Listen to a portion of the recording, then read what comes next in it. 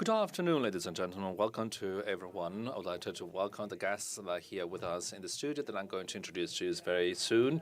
And I would like to welcome all the speakers that are going to dial in from remote, online, and from many different parts of Europe today. I'd like to welcome all of you that have been following us online on the portal participatory.eu.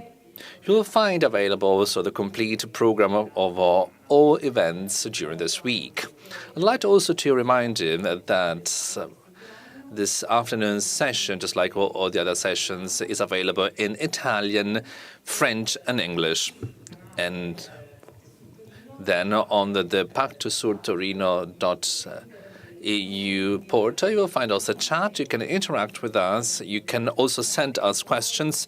And if we still have a time after the speaker's presentation, we can give you an answer, or otherwise we will answer you through the expert support. All the contents that are going to be released from these sessions, particularly from today's session, are going to be available on the official website of the Pactosur, www.pactosur.eu. About the Pactosur project, I'd like to introduce very quickly to all of you something about this project. This project aims at building up, at setting up new capabilities in local governments, local authorities, in stakeholders, non-conventional stakeholders in terms of urban and public security.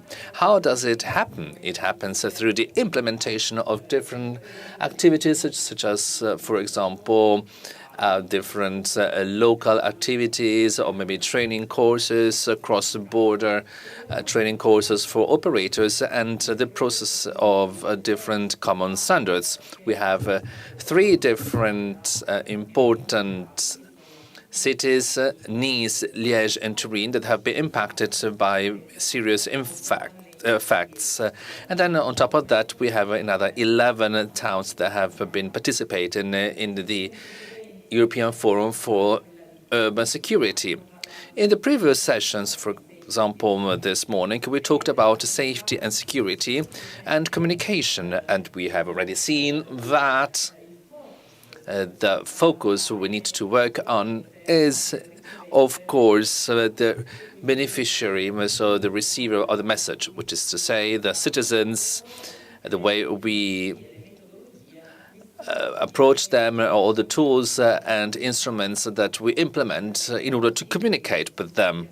Today, in this specific third session during this European Week of Security, which is the most important point of the Pactosur project, this is now the second year, we're going to talk about integrated and participatory security policies. Today we have guests here in the studio that are going to bring in their precious experience as a support to this project. I'm going to introduce them to you. On my left-hand side, we have Eduardo Mattello, expert of ANCI Piemonte for urban security. He has also a very long experience with the armed forces, and then has also particular experience for military law and also for municipalities, for corporate security. You already saw him yesterday in the opening session. He has a very precise and aimed at also professional viewpoint on the citizens' security in particular crisis and emergency situations. On the left side, a little bit further, we have Mr. Gianluigi Nobili. He is in charge of urban security for Emilia-Romagna, and he's the technical coordinator for urban security. And he is also the coordinator of the European Society for Criminology. He has published many different papers on urban security and criminology, on scientific and specialized papers and newspapers and journals. We have used all your materials that you have sent to all of us. So thank you so much for informing us on today's topics. Thanks again. And a little bit further on the left, we have Mr. Gianfranco Todesco in his Chief Commissioner for local police, urban security for the city of Turin, and a member of the innovation team of the city of Turin. He's an expert in management of large events that integrate in different technologies, just like artificial intelligence, IoT, drones, so different kinds of safety and security, aiming at a new governance with big events and new technologies. I thank you very much for your presence here today. And now we deep dive in today's topic. We are going to talk about participation by citizens, so inclusiveness. So this morning we talked about communication as a kind of possibility of involvement or citizen involvement, and we have also not to neglect citizens. We don't want them to turn them into policemen, as we said yesterday. Each one will have the opportunity to establish a dialogue with the city and to play an active role in this process. Let's say that the goal right now is much more perceived security by the citizen through different implemented measures by the local authorities, and so in this way we can improve the well-being and the city atmosphere which is perceived by the citizens and people. This integrated security approach allows us to have active citizens. So the citizen is not only a conventional stakeholder, but also a participatory citizen. We're going to see through the different foreign experiences that there are some specific cases. There are some examples where citizens have played an essential role in building up some security plans at local level. Mr. Mattiello explains us something about how to involve citizens. How do you interpret that? What are the perspectives? What are the opportunities? What is your viewpoint? Thank you very much. All right. Thank you. It's a pleasure to be here today, once again. First and foremost, I'd like to stress out something very important. All over the world, I believe, all over the countries that I have studied and I have traveled to, I have always seen different kinds of organizations where citizens somehow were playing an active role in security together with police. For example, in the Anglo-Saxon countries, we can have the organization of neighborhood control on patrolling.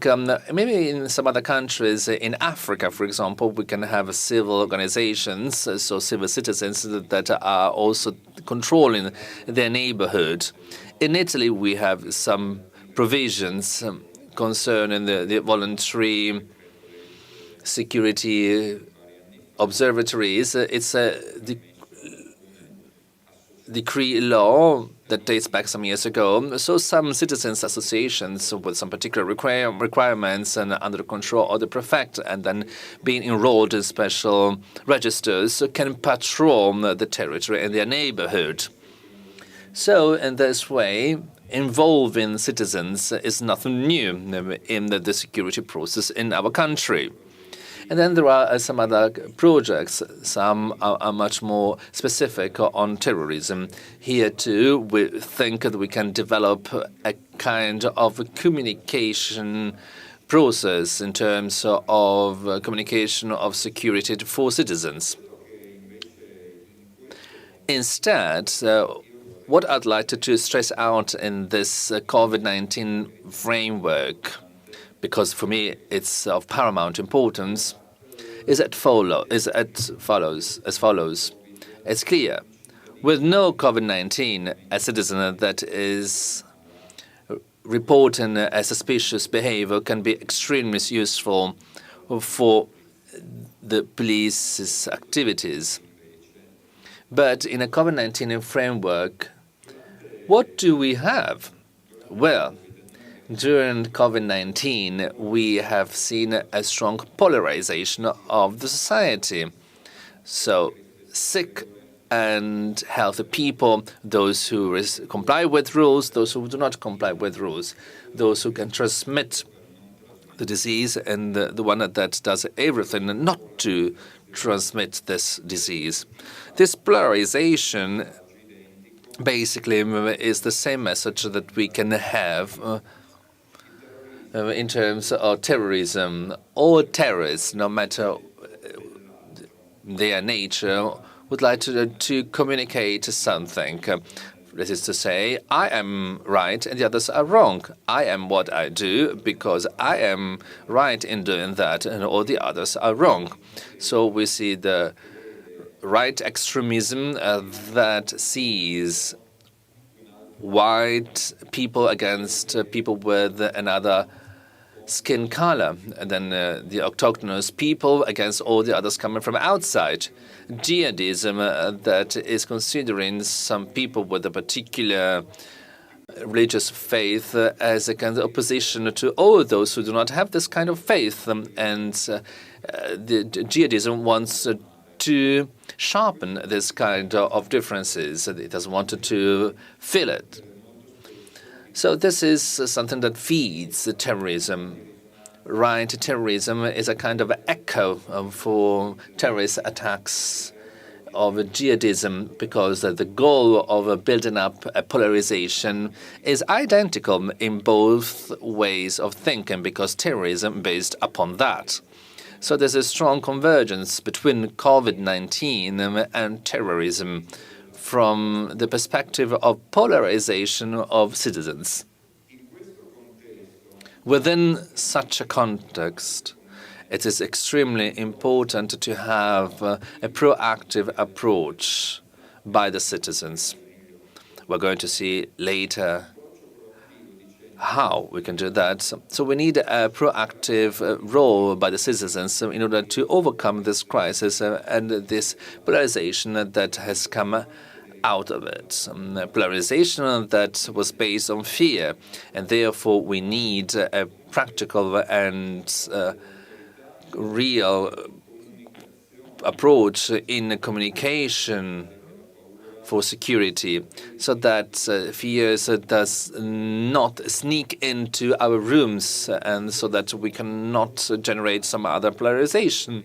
It is a real practical and concrete approach by the citizens in order not to see demons where they are actually not there, because very often this is something that we have just in our mind, and we need to focus much more on the outer world, because in a crisis situation, just like in COVID-19, where we have a general affair, where we have a general perceived uncertainty, and we have a general polarization and fear of the other.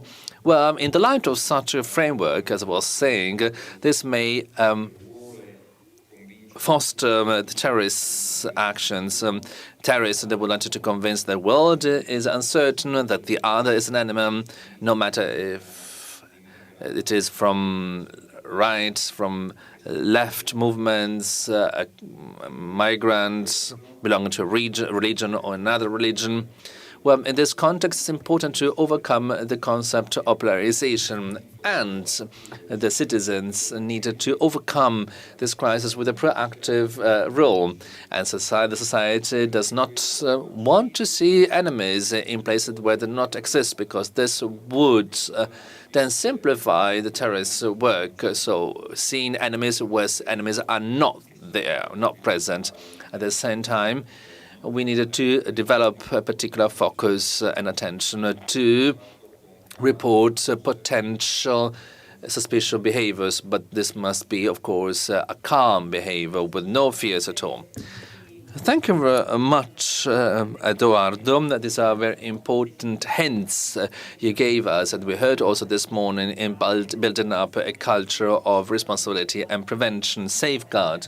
So a lot of communication to reduce complexity, but we need also a lot of education, training, and citizens' involvement and participation. From this perspective, the use of technologies is absolutely significant, and we can bring about very important and efficient results.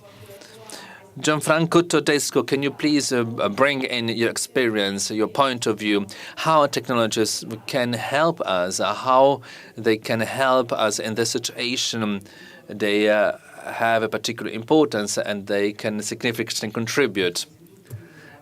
I'd like to thank you very much. I'd like to thank all organizers, all those who are listening, and friends and interpreters that are helping us a lot. The interpreters are thanking the speaker. Technology is absolutely a very important aspect that we need to know and to govern, so that we are not governed and managed by technology. So first of all, we have to explain it, we have to understand it, we have to apply it, and basically we need to govern it and manage it. Particularly so if we're then going to talk in detail about technologies that many people speak about, for example, about AI or robotics or some other technologies. So if you have to govern safety, but also security, we need technology. I'm going to just mention an example, and then I'm going to give them to my friends the floor, because it's going to deep dive the topic. When it was the Pope's visit in 2015, a person in the mob fainted. So we're thinking about AI algorithms about the analysis of such data. What happened when this lady fainted? People then left room for this lady that fainted on the floor. Some other people stepped in to rescue her, and then after 5, 6, 7 minutes, they called the ambulance to rescue her. In real time, through the AI algorithms, people understood that there was an anomaly. And this information was very important for the safety and security for the square. So we had reaction in 0 seconds, whereas so the rear ambulance rescue came in 7 minutes after. So safety can be supported by the introduction of technologies. I'm not going to further step into the topic because probably we're going to mention that later on as well. So we were saying, thank you, Gianfranco, we were talking about not only a participatory but also integrated safety and security. We hope all parties, all stakeholders can play an important role, not only the police, security managers, the city, citizens, the media. So a complex system, as we were mentioning this morning, that must be simplified in order to be applied in a positive and constructive way. And then, about that, about building a participatory but also integrated and social safety and security, not only a situational safety and security, just in order to mention a sentence in your article, written article. I'm going to give you the floor now, because you're going to talk about specific cases of participatory and integrated cases, security and safety, and you're going to give us also your experience viewpoint. You have the floor, John Guido. Thank you so much for this wonderful and rich introduction. I'd like to thank the city of Turin and Piemonte for inviting me to this event. We have now the opportunity in a very quick time with some simplification to go over the last 25 years, the last quarter of a century in our country in terms of safety and security policies.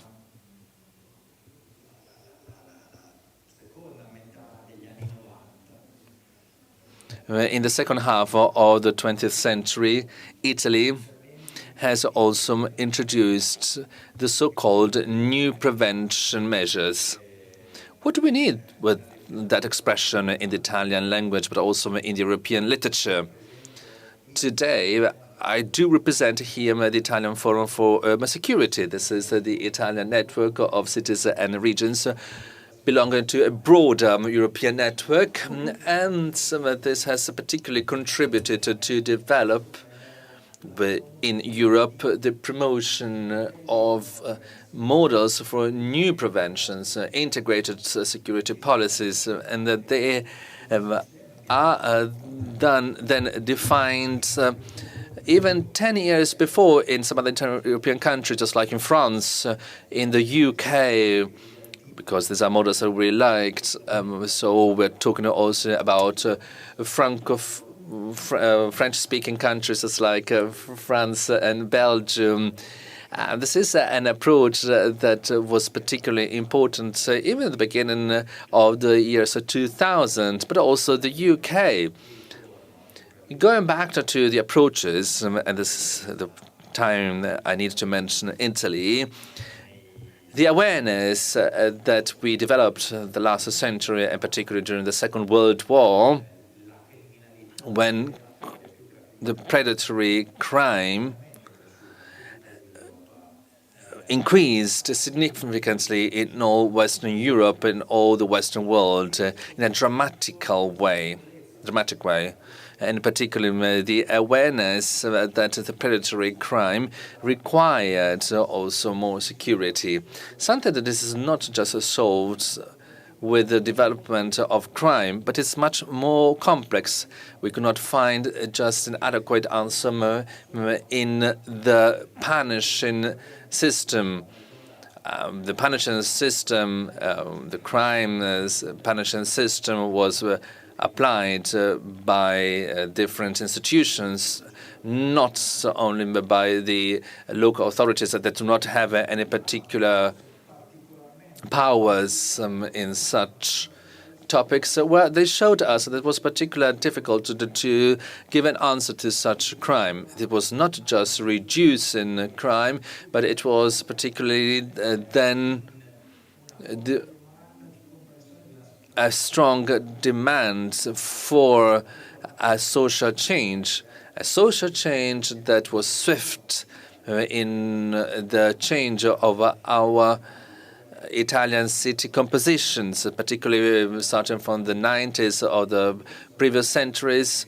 So because there were new people coming from other continents, migrants from other countries, from our continents. So in about 10 to 15 years, so we have changed the city composition in the north of Italy particularly, but also then in the south of Italy. Of course, much more in the north of Italy because there's a much stronger economic development, but also in the central Italy. So these were the two areas that attracted much more migration from other countries.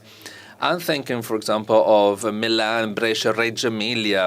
In a matter of 10 to 15 years, so the city composition was sort of different. 10 to 15% or even to 20% was then made of migrants. So cities became like Amsterdam, Rotterdam, and Birmingham.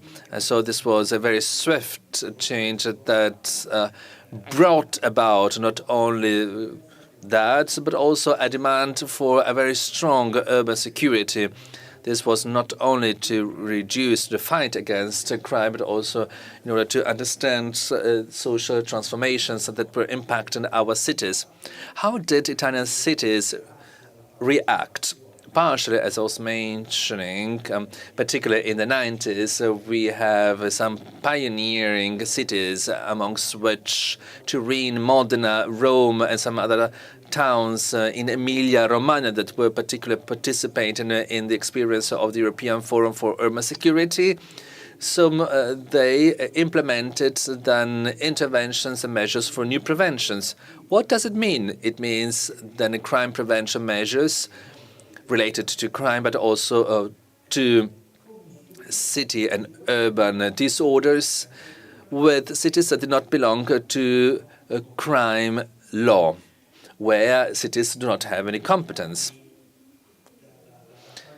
In the first years, the tradition of the Italian social services tried to develop security and safety with the social model that was particularly fostered in Italy, and that has been mentioned this morning. And then recently, we have seen much more the use of situational technological prevention measures. One of the most important tools adopted by Italian citizens is video cameras, video surveillance, and which is particularly then managed by the local police radio departments and stations. We're talking here about a tool that has been particularly changed over the last 20 years, because such tools, after a certain point, they have become obsolete, and so we have come from pioneering analog systems to digital systems. And Mr. Todesco was mentioning some minutes ago, we have been using much more intelligence, so artificial intelligence in surveillance systems, so which means the application of softwares, anomalous situation identification, as Gianfranco was just mentioning, so motion detectors, for example, and then particular mechanisms that can identify this kind of anomalous behaviors. And as my friend and colleague Gianfranco Tedesco was reminding us, the real-time security and safety measures, interventions according to our needs. Some other uses Italian cities try to apply may look like a paradox or maybe look too simple, but we have to mention also then the wise use of lighting.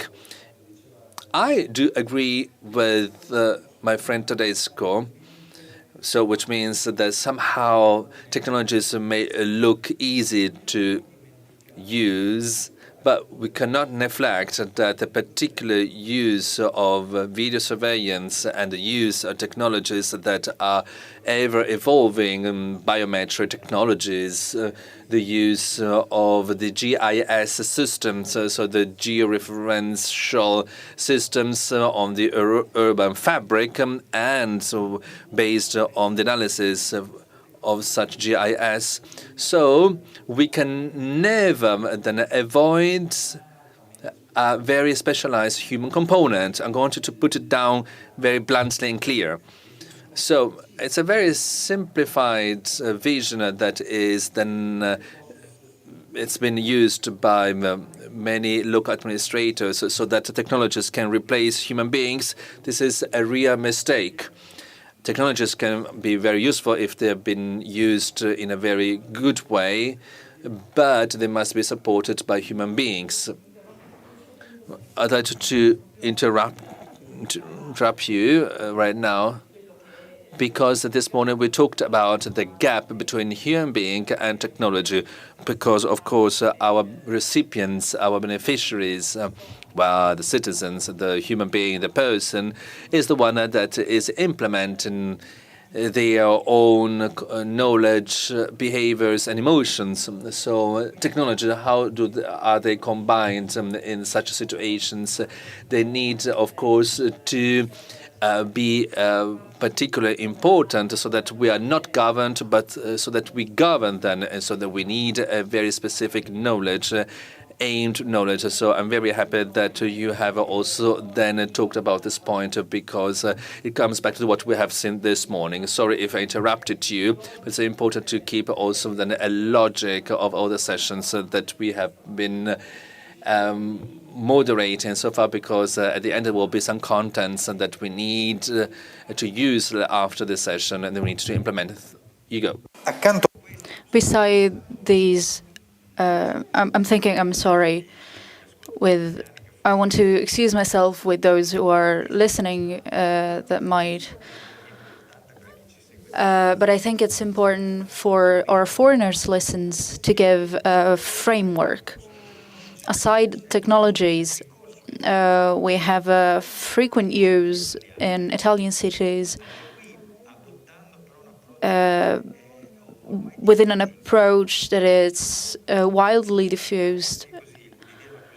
I want to say it quite easily. They want to get in. I want to explain myself.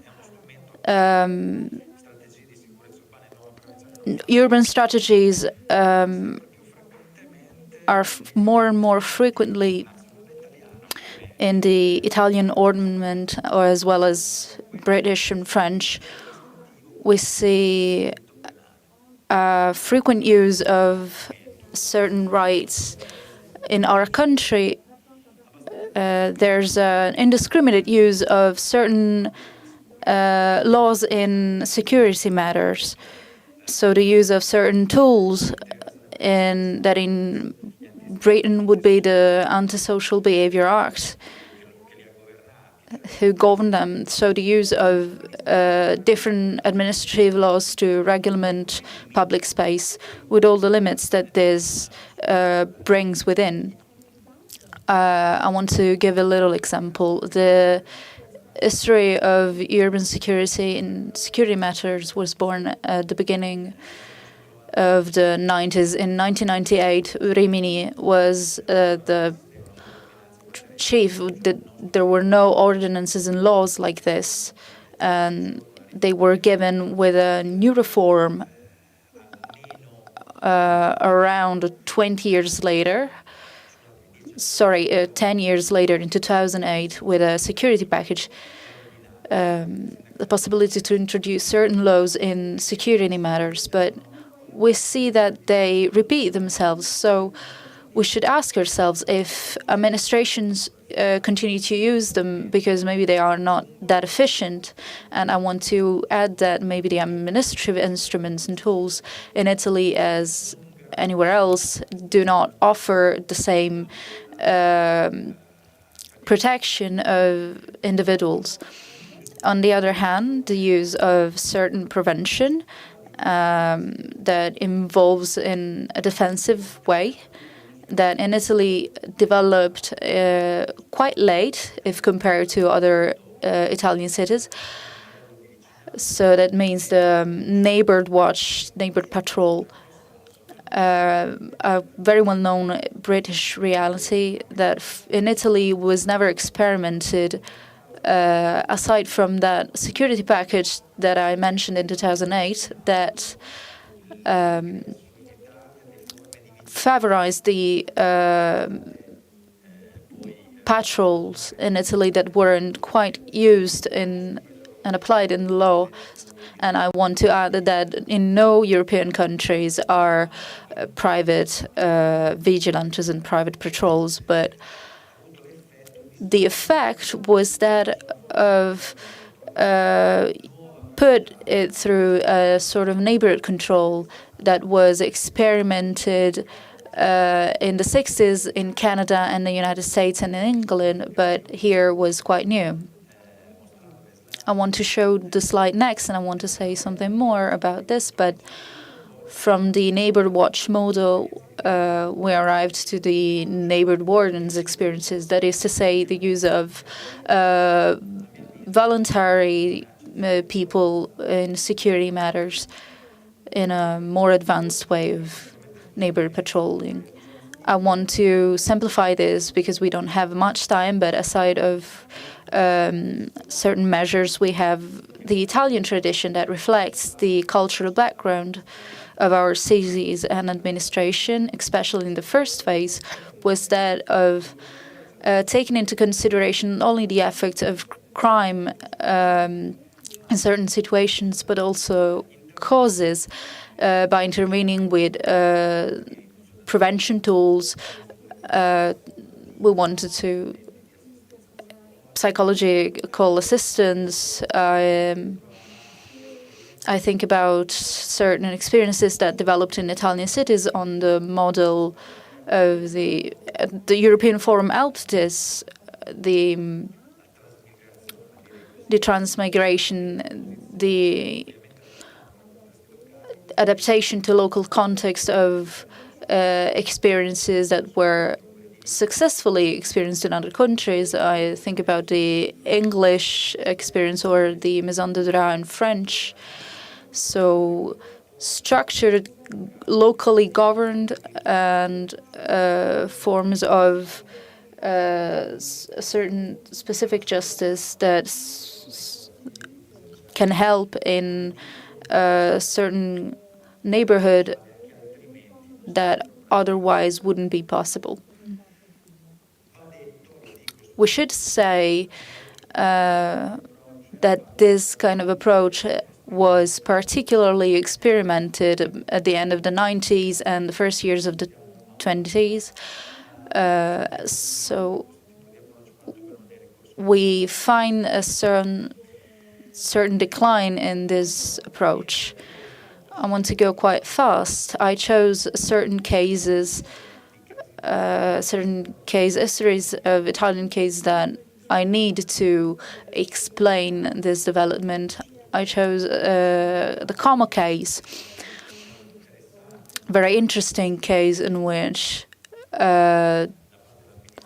administrators used a structured systems of video surveillance that permitted to, in the last years, to reactive activity and ability to intervene quite frequently in everyday life. That is demonstrates that operative centrals where there's a human component that is strongly prepared can use that technology better than the context in which it is experimented. So technology always depends on the human context. I chose it as well because in the last years, the local administrations chose to invest radically on digital video recordings and artificial intelligence, experimental video digital biometric recording, and I believe that there was a problem of privacy so they stopped partially because we should go deeper with the laws. We have to find a balance between, and I say this for those who are following this direct, we should look at the European use of technology that was prepared on the European Forum. And it's easily understandable in each language, Italian, French, Spanish, that puts on focus the balancing of interests of the NIL and all those institutes that on a national level focus on the technological use for technology without invading privacy rights. So these tools are being developed, for example, the experimental centers of video analysis that can find anomalies in behaviors, just as the one previously described, but also video surveillance are not only a technological but also a ear quite attentive. Remaining on technologies, I would like to report experience that is linked to my personal one. So it's the development in Friuli, Venezia Giulia, and Umbria of informatic laboratory of digital maps of data on problems in urban areas. We needed this because we realized that citizens asked for security refer to crime phenomena especially the violent one, it is fortunately rare. It's not socially diffused, contrary to media representation. Unfortunately, we live in a country that, if we talk about violent crimes, it's quite low, but that presents some deviation and crime perception. And to those facts, we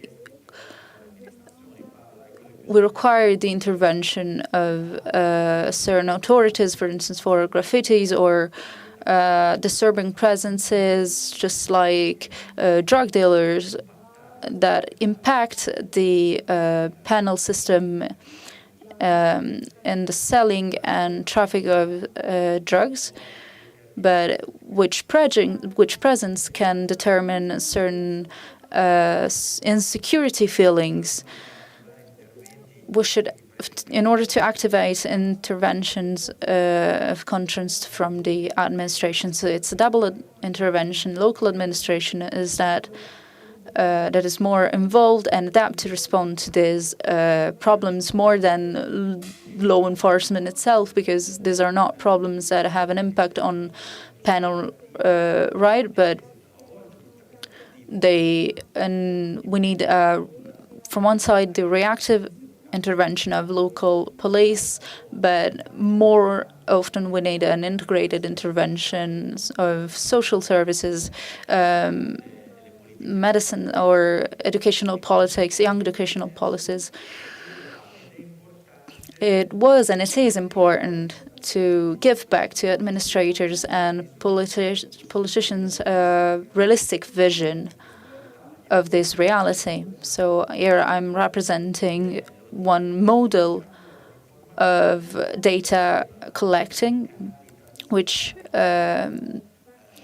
where by using telephones and mails and so on and so forth, the work formats that were created on the websites of the administrations that collect this data, and that will be validated from the local police, and then will constitute the informations validated on which local administrations can decide adequate security politics and prevention politics.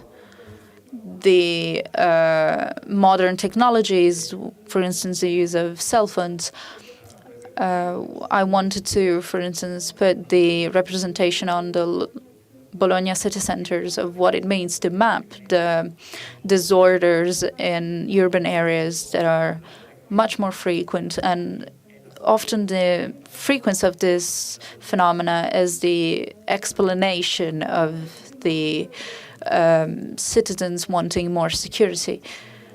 Of course, those urban disorder phenomena remain in the public space, and those who see it once, they see it every time, and this evokes an image more or less secure of the areas. Aside from traditional models that surely all European cities are experimented or have experimented, in recent years, 15, 20 years, in Italy we have experimented, particularly in the north, in our country, approach to crime prevention through environmental design. So through urban design and urban planification. It's a particular approach that has given quite interesting effects on security matters. The element that was most difficult is that it requires quite a long time, because there are interventions of urban design, and there's experiments. Their engine in the urban security laboratory of the Politecnico in Milan. And particularly, I'd like to remember Clara Cardia, a student of Oscar Newman, one of the fathers of this urban security, Canadian architect who wrote a masterpiece of defendable spaces. Some interventions in our cities required long times, and the capacity of integrating urban design regeneration and with technological interventions, in my experience, are those interventions that truly changed the security assets of us in a local context.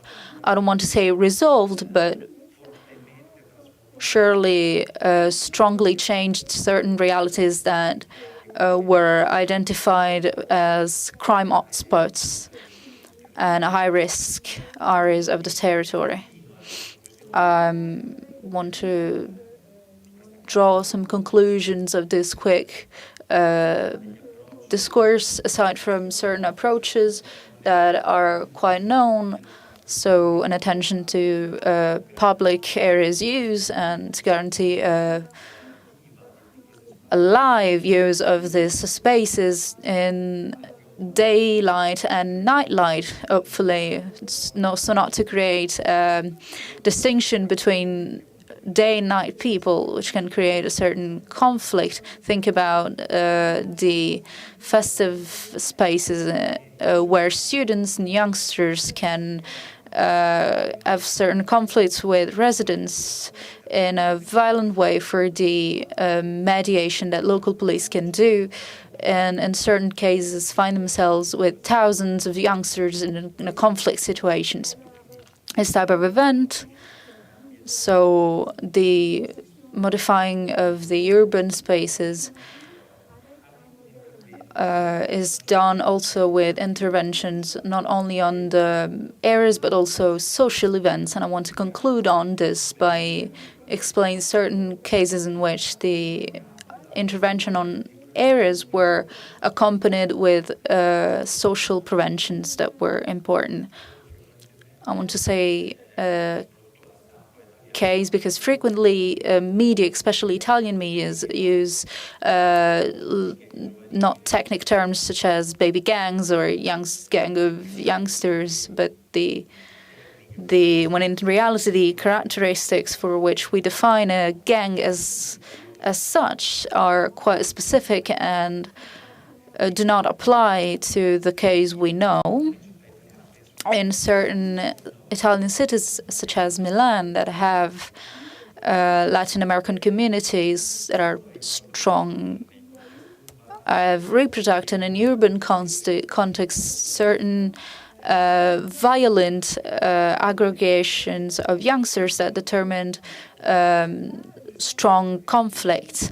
I wanted to bring Genoa experience with the goal to institutionalize certain youngsters groups to repropose in Europe the Barcelona model of technology control and police force control. There's a wide space of social intervention, especially with youngsters, that in the last years were neglected for a bit, but whenever it was experimented, it had strong impact on security of our cities. Thank you very much, Gianguido, because you gave us a panorama from your experience on this topic. And I have to say that it was very interesting on the viewpoint of the citizen that learns what's the work to make them feel safer and more involved. So cases that we will see deep further with the debate on technologies and the role of youngsters. So very, very interesting to see how we act in Italy and what happens with our colleagues abroad.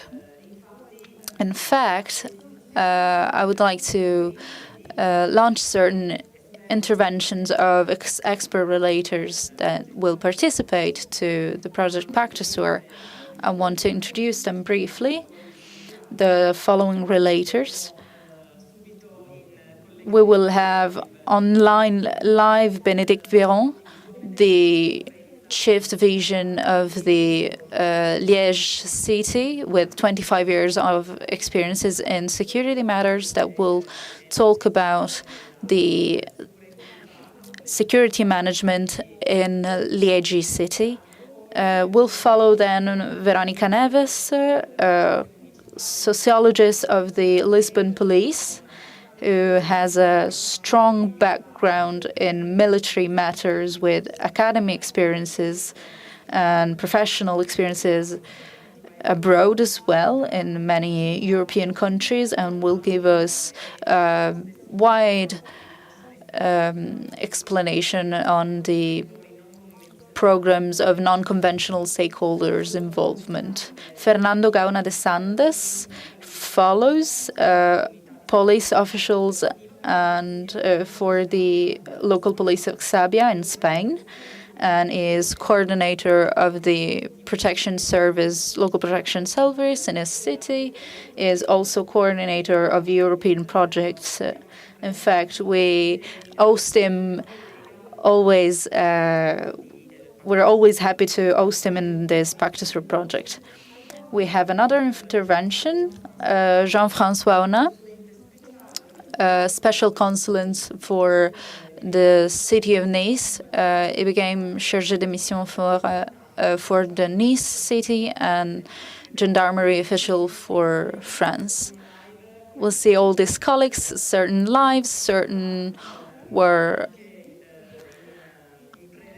pre-registered, but generally speaking, we can collect the questions for those who intervene through the chat.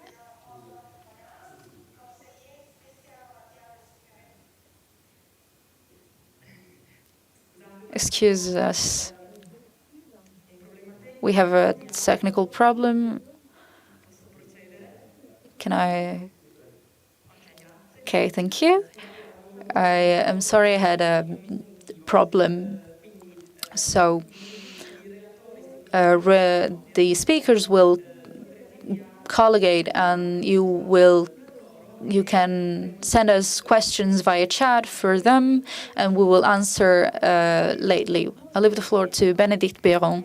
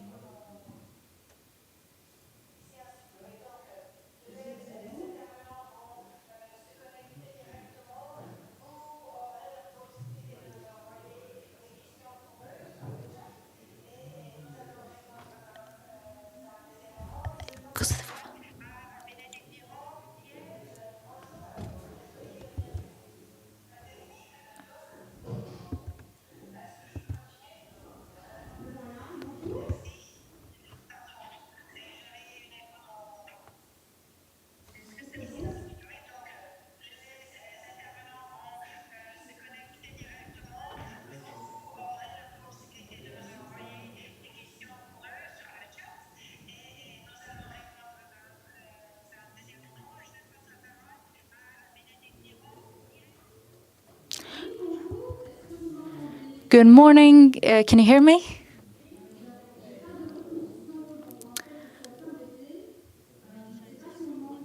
There are certain problems.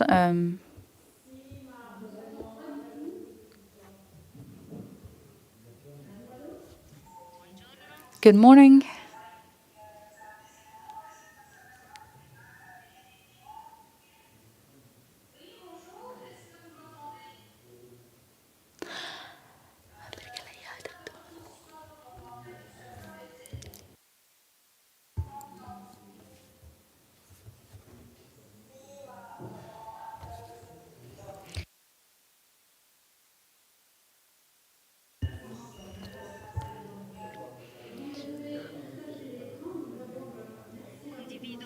I want to share the screen. Thank you for giving me the opportunity to speak this afternoon to present the work that we are doing here in Liège.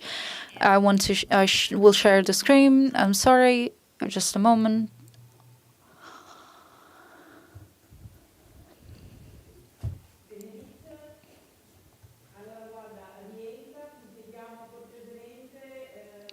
Please, Benedict, if you could come back and see on the Zoom and not on YouTube. Thank you. Otherwise, we wouldn't be able to hear you. Otherwise, we can see you perfectly and perfectly hear you. Good morning.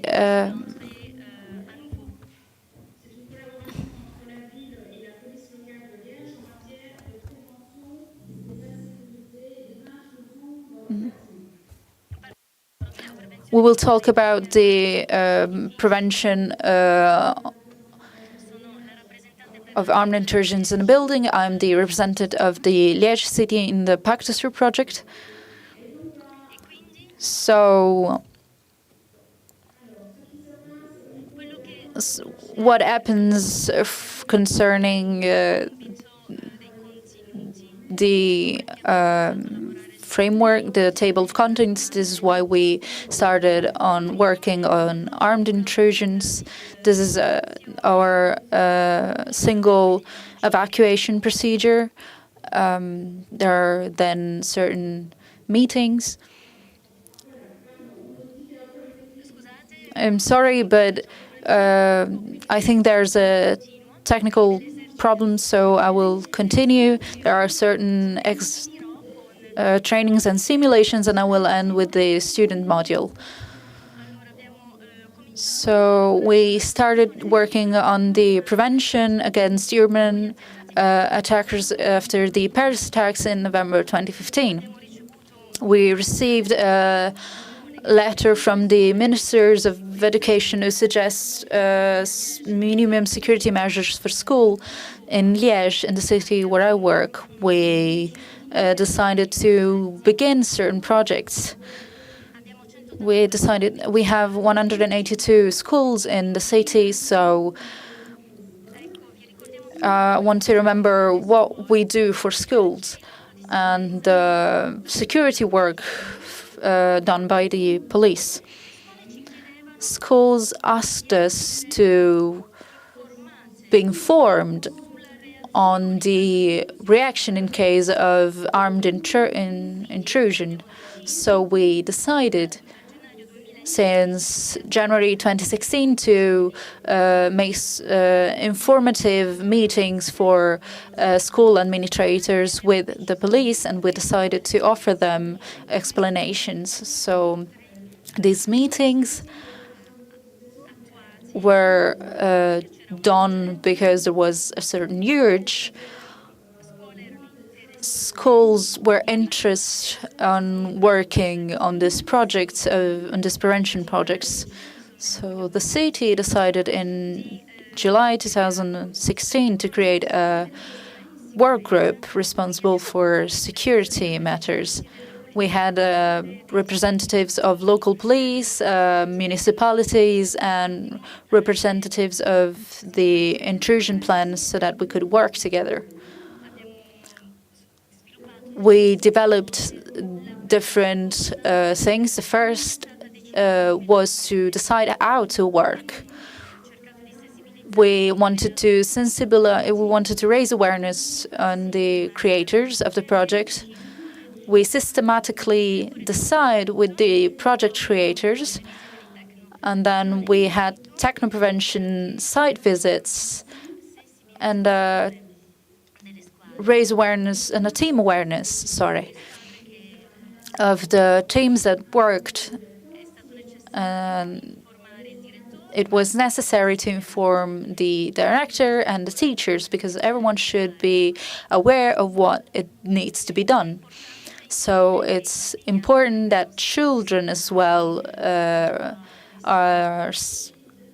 raise their awareness on the risk.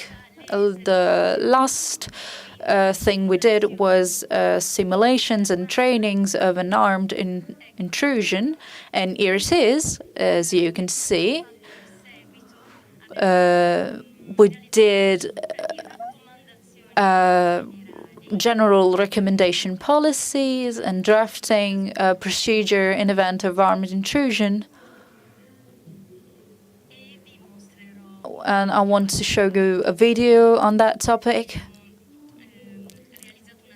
We realized an establishment identification sheet so as to have the right informations on the topic and standard incident report forms. So each time something happens on the buildings, we need to report this form.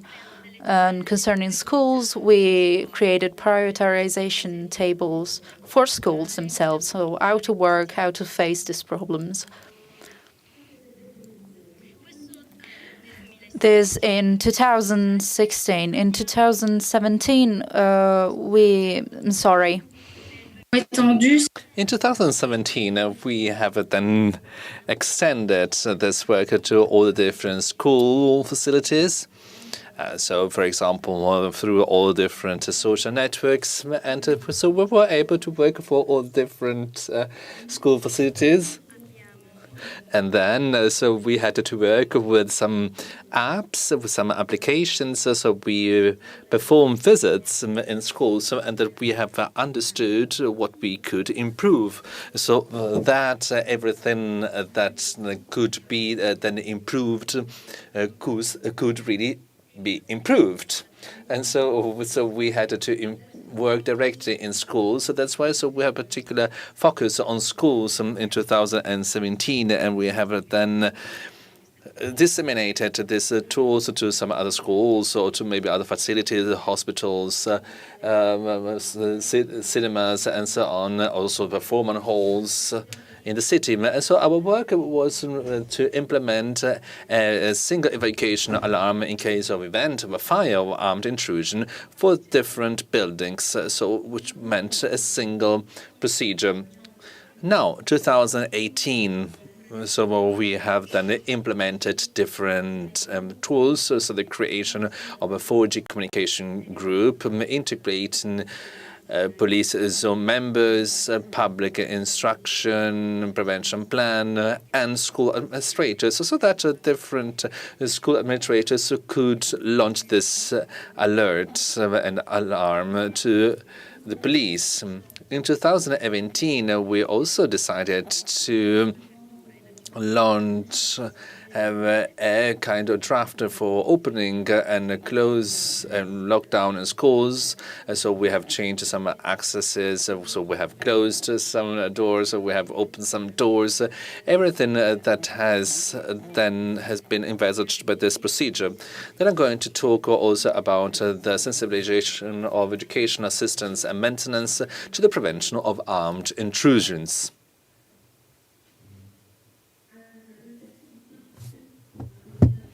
So, for example, we can say that in 2019, 2020, well, there was a bit particular years, and so we consider that we have then implemented some procedures, and so we were able also to define all the different gathering places.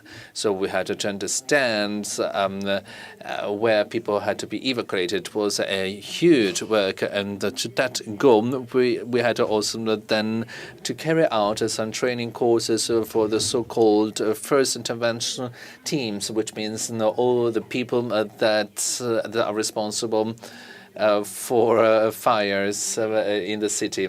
This is a training course that was set up through firemen, fire brigades, and local police. Then we had to work also on electronic material to control access to schools. So these are the different schools that we have implemented and that have then mentioned very quickly, things that are available to all of us. And so if you have any question, so I can deep dive such topics. And now I suggest you to get into the core of the topic, so the single evacuation procedure. So for us, it was really the beginning of a work that we started in 2016. I'm going to explain why we came to this procedure and what we really do in real terms. This single evacuation procedure, well, we decided it was important to have such a procedure because we can face many different kinds of risks in case of fire, gas leak, bomb alert, explosion, armed intrusion. At the beginning, very often, so we could see that this plan had to be adapted. And so for this reason, we had also understood that one risk could hide a second one. And so just for the information, we are going to talk right now about this attack in Florida in 2018, where the perpetrator used the fire alarm in order to evacuate everyone from school. So it was very easy for this boy to kill a high number of people. And therefore, so when the evacuation alarm is in use, it is possible to do something like that. And so if there's an evacuation alarm that is gone off, then we are acting without considering anything, without thinking. So this is a particular topic discussed amongst the different local police forces, because we believe that this is not the right solution. And this is neither the best evacuation system. So you cannot evacuate all these people outside, because everybody will be gathered outside the school, and therefore it is much easier to attack a mob of people, a crowded place outside on public streets than in a school. That's why we had to define some gathering places. I'm going to talk about that later on. And so therefore you evacuate. So anyway, you can evacuate people no matter what the risk is, and then you gather in some secured places. That's the reason why, for this single evacuation procedure, there's a use of the evacuation alarm system regardless of the risk. So the single goal is to get away from this menace. And so we have to understand here the integration of two different events, so fire and armed intrusion. We have here the same procedure, the same sequence. In case of a fire, the goal is to evacuate the building, and in case of armed intrusion, the procedure envisages to run away, and then you have to take refuge in another compartment where fire cannot get to us. In case of armed intrusion, we have to hide, so that the perpetrator cannot find us. Unfortunately, if I haven't been able to flee or to run away or to hide away, I have to fight the fire. I had to fight against the armed intrusion. This is the way we combine the two events. Here on this slide, I'm going to show you here just a small video that I'm going to show you later on. And so you're going to see here it comes down to the evacuation procedure. And now, so our single evacuation procedure that is hanging all over schools in Liège. You can see here on the left side, you see what to do, prevention and action. So running away, taking refuge, and to resist. And the right side, what you need to know. So you need to know the evacuation alarm signal for any kind of risk, and what is extremely important is here communication. In this single evacuation procedure, so we show people that they need to reflect upon what they need to do. So if they see smoke, if they hear gunshots, so these are contextual, so parallel elements that can show me what is the risk I am facing right now. And then we have also the opportunity to set up a communication group through internet. So maybe in a school we can have a gun shooting, and so that's the reason why a person can have implemented this kind of evacuation alarm. And so through WhatsApp, the person can also tell us where the perpetrator is. So we can communicate in this way, and people in this way can also understand where the criminal is, at the beginning at least of the action. The gathering points are different in nature. It's important to know them too. Well, that's it. I believe that this evacuation procedure is interesting. If you have questions later on, probably we can deep dive the topic. And I believe that this is something that is particularly unique in its genre. And so we are in contact with people that told us to work exactly the same way we do. The next focus is concerning the fact that starting from 2016, we have organized some awareness-raising sessions together with the police and the city of Liège. And so here, I'd like to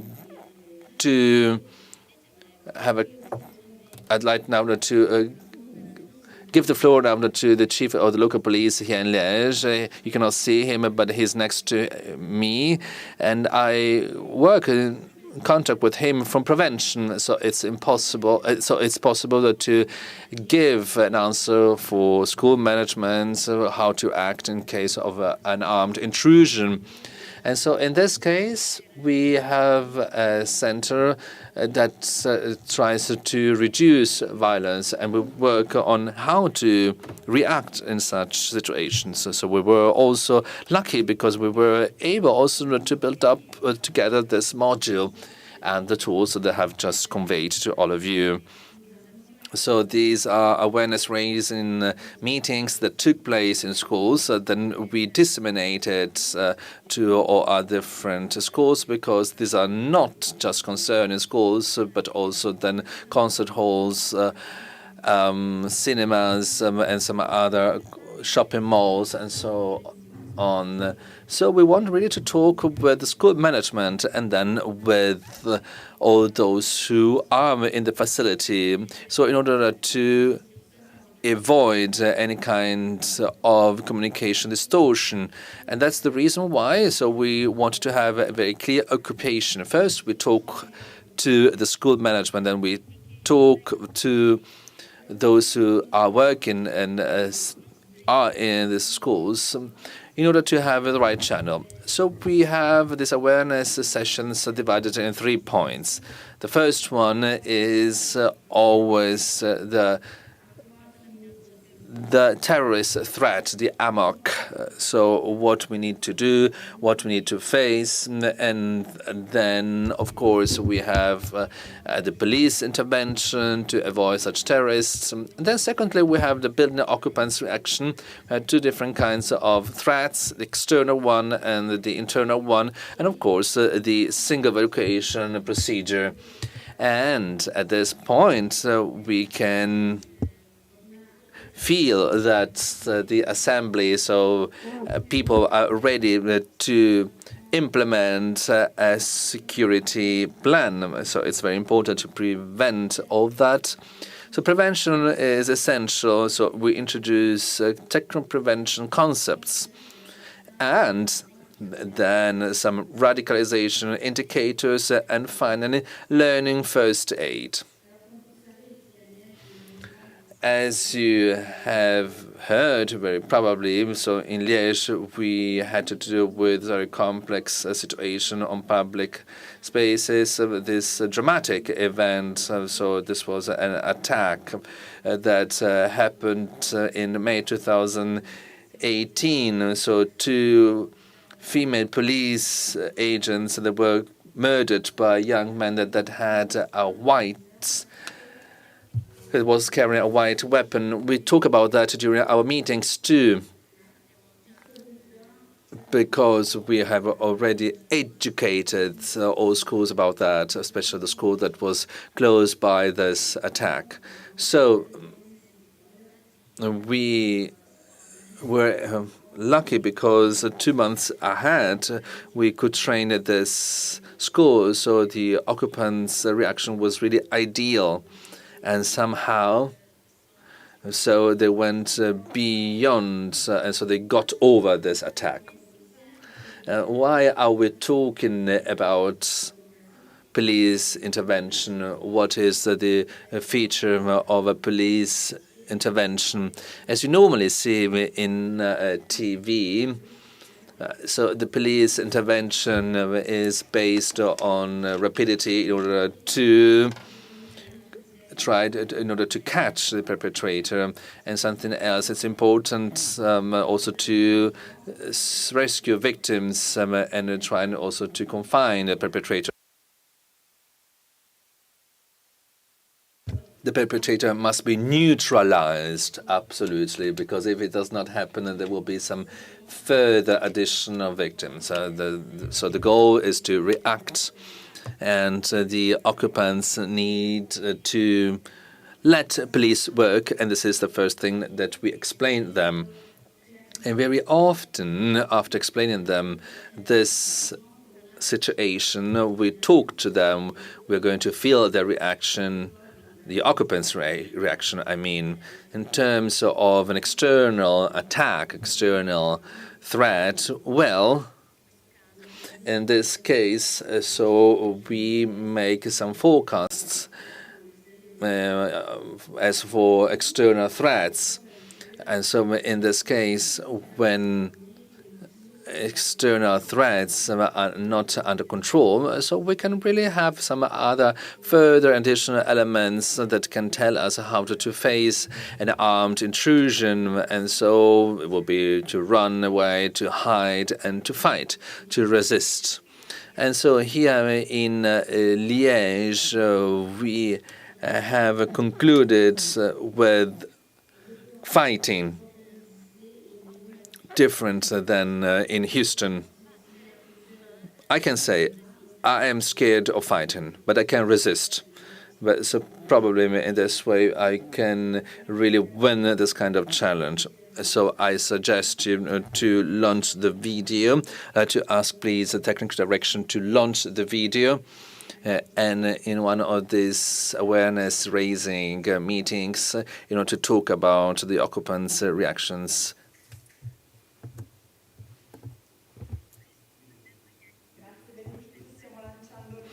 So now we are launching the video.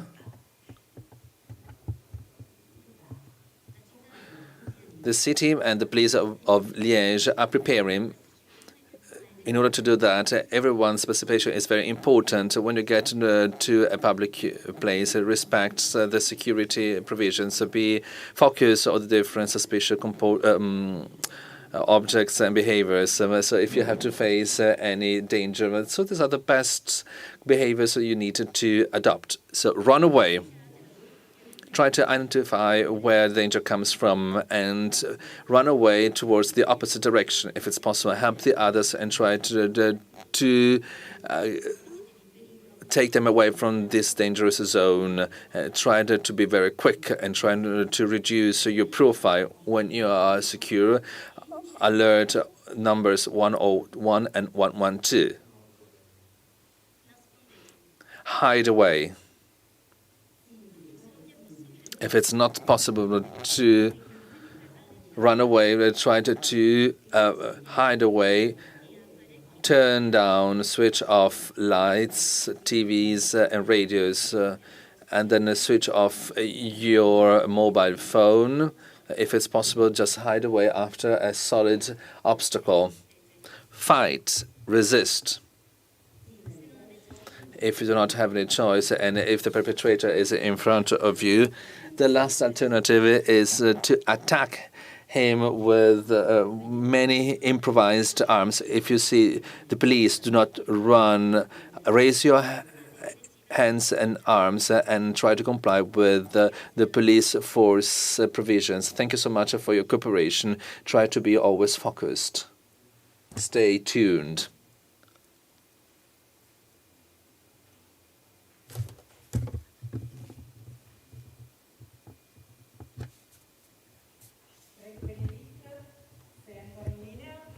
Benedict, are you still there? Okay, probably not. And so this is a video that we wanted to, implement in a very light way. It's a cartoon in order to show you this contents. And so this video explains you how to run away, hide away, and to fight, particularly how to fight. You have seen that when we show such videos to citizens, well, somehow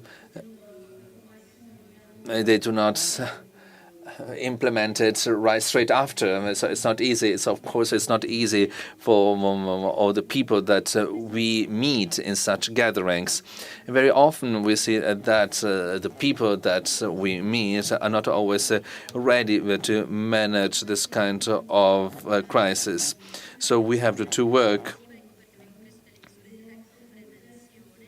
So that's why we have then attack prevention measures, and we have also then implemented very concrete elements in buildings as for the access controls, key management, alarm system, surveillance cameras, and all the different signals, signs. So these are all very practical pieces of information as for the building.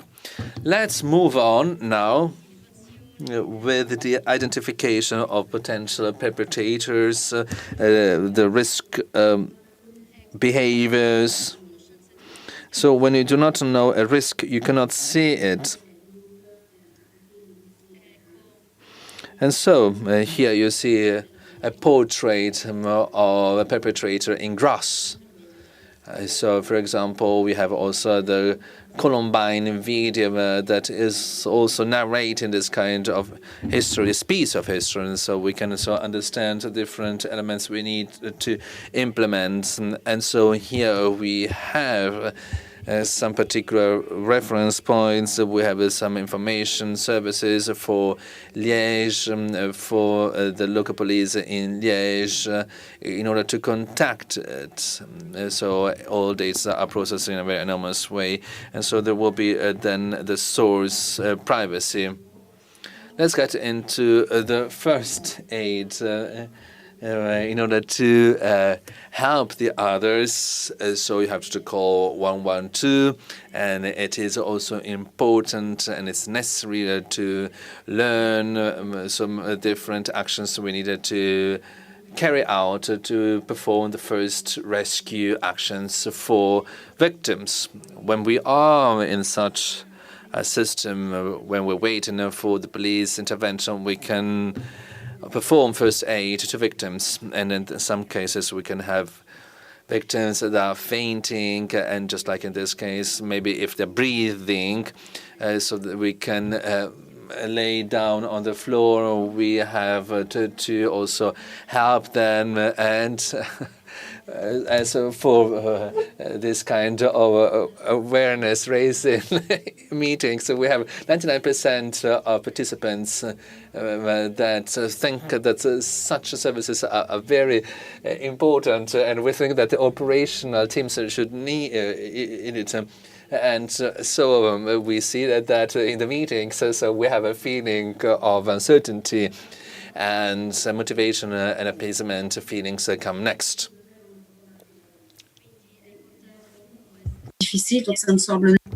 It's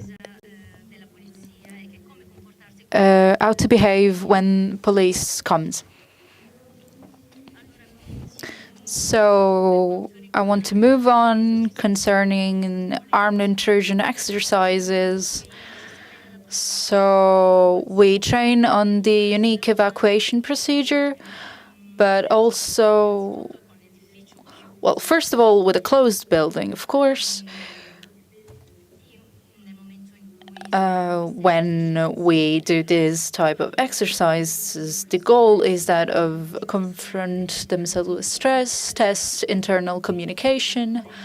So there are certain exercises in which we have the possibility to test the internal communication towards the police services.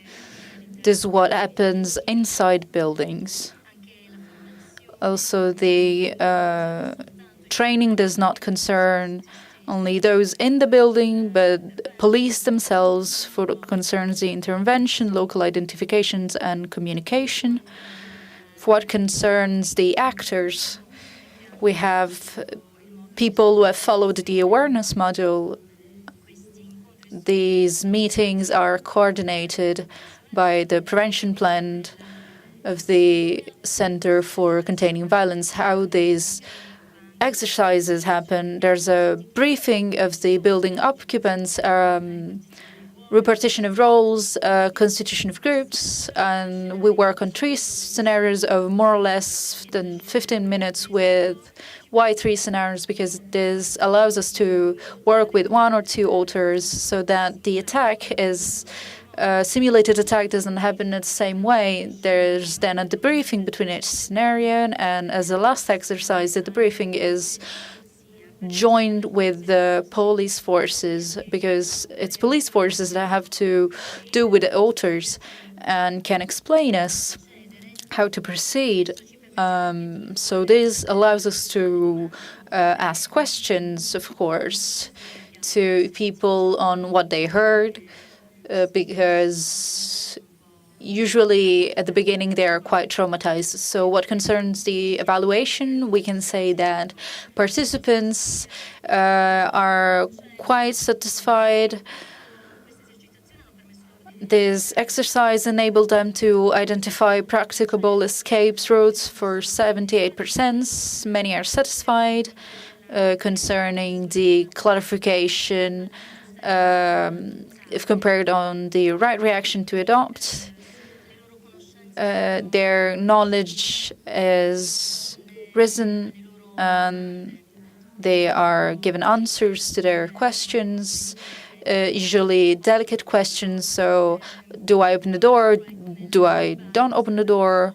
I don't want to go deep in this specific things, but I simply want to present the general difficulty of the situations. At the beginning, there is a sense of, but at the end of the exercises, we find ourselves with a sense of satisfaction and unease, because a strong stress is generated in the buildings. So people understand what it is about. I can see that the time is almost up. This is the last point that I wanted to talk to you about. This is the children training module. It was developed in collaboration with pedagogues and psychologists, made available to by pedagogues that were sensibilized on this. So there was a awareness meeting to educate the children to correctly react in case of the evacuation procedure, identify the competencies in situations. And this module was realized because teachers were at difficulties on transmitting to the children how to behave in this situation. So it's important to give to the teachers certain work instruments to help themselves in this way. So we developed specific pictograms.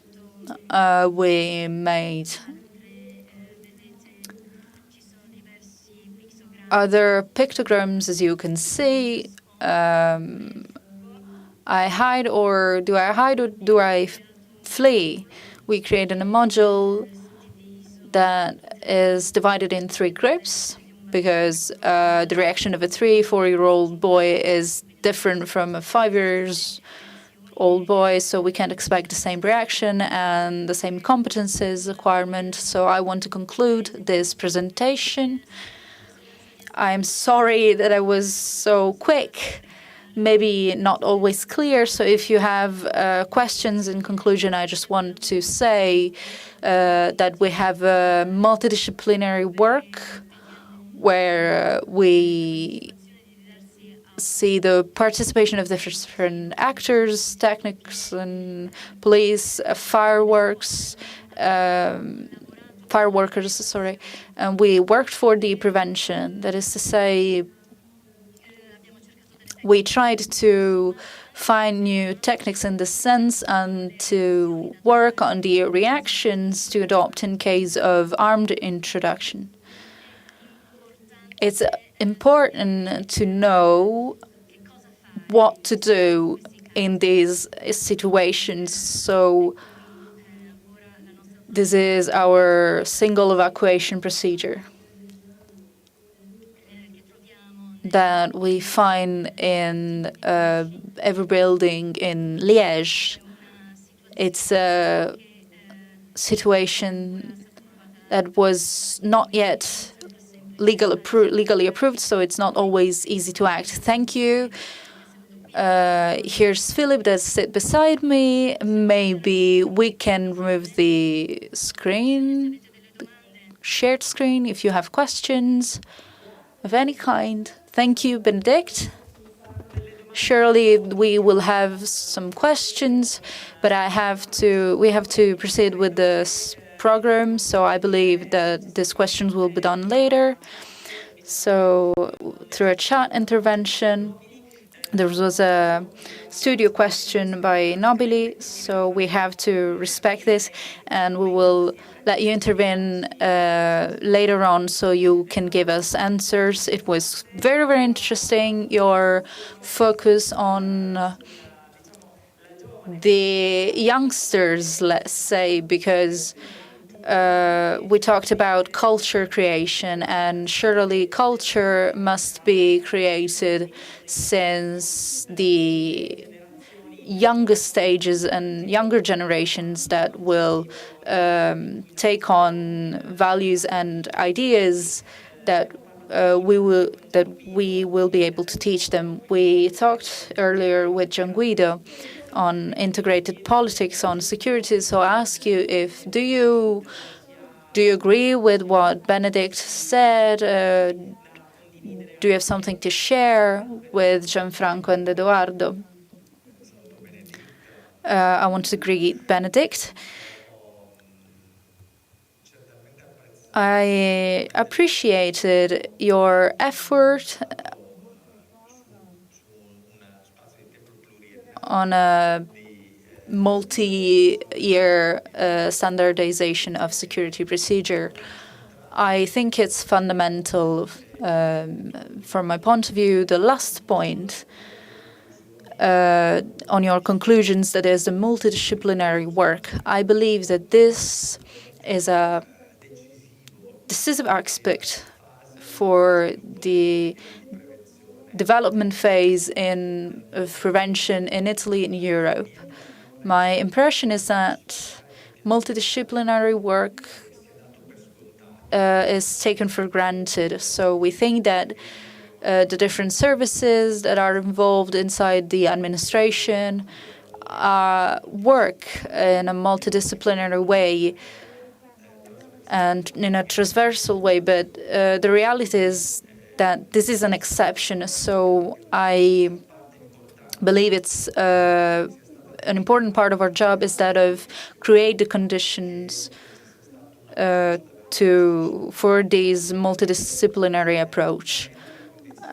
This is a precondition for success, but usually it's not the standard with which, in Italy at least, services that could be involved in prevention work. So I wanted to ask also here in studio to Gianfranco as well here for its experiences in Turin. What are the experiences for local administrations to develop a multidisciplinary approach in between the different services? Good morning, Benedict. I greet you all. I wanted to say that this was very interesting.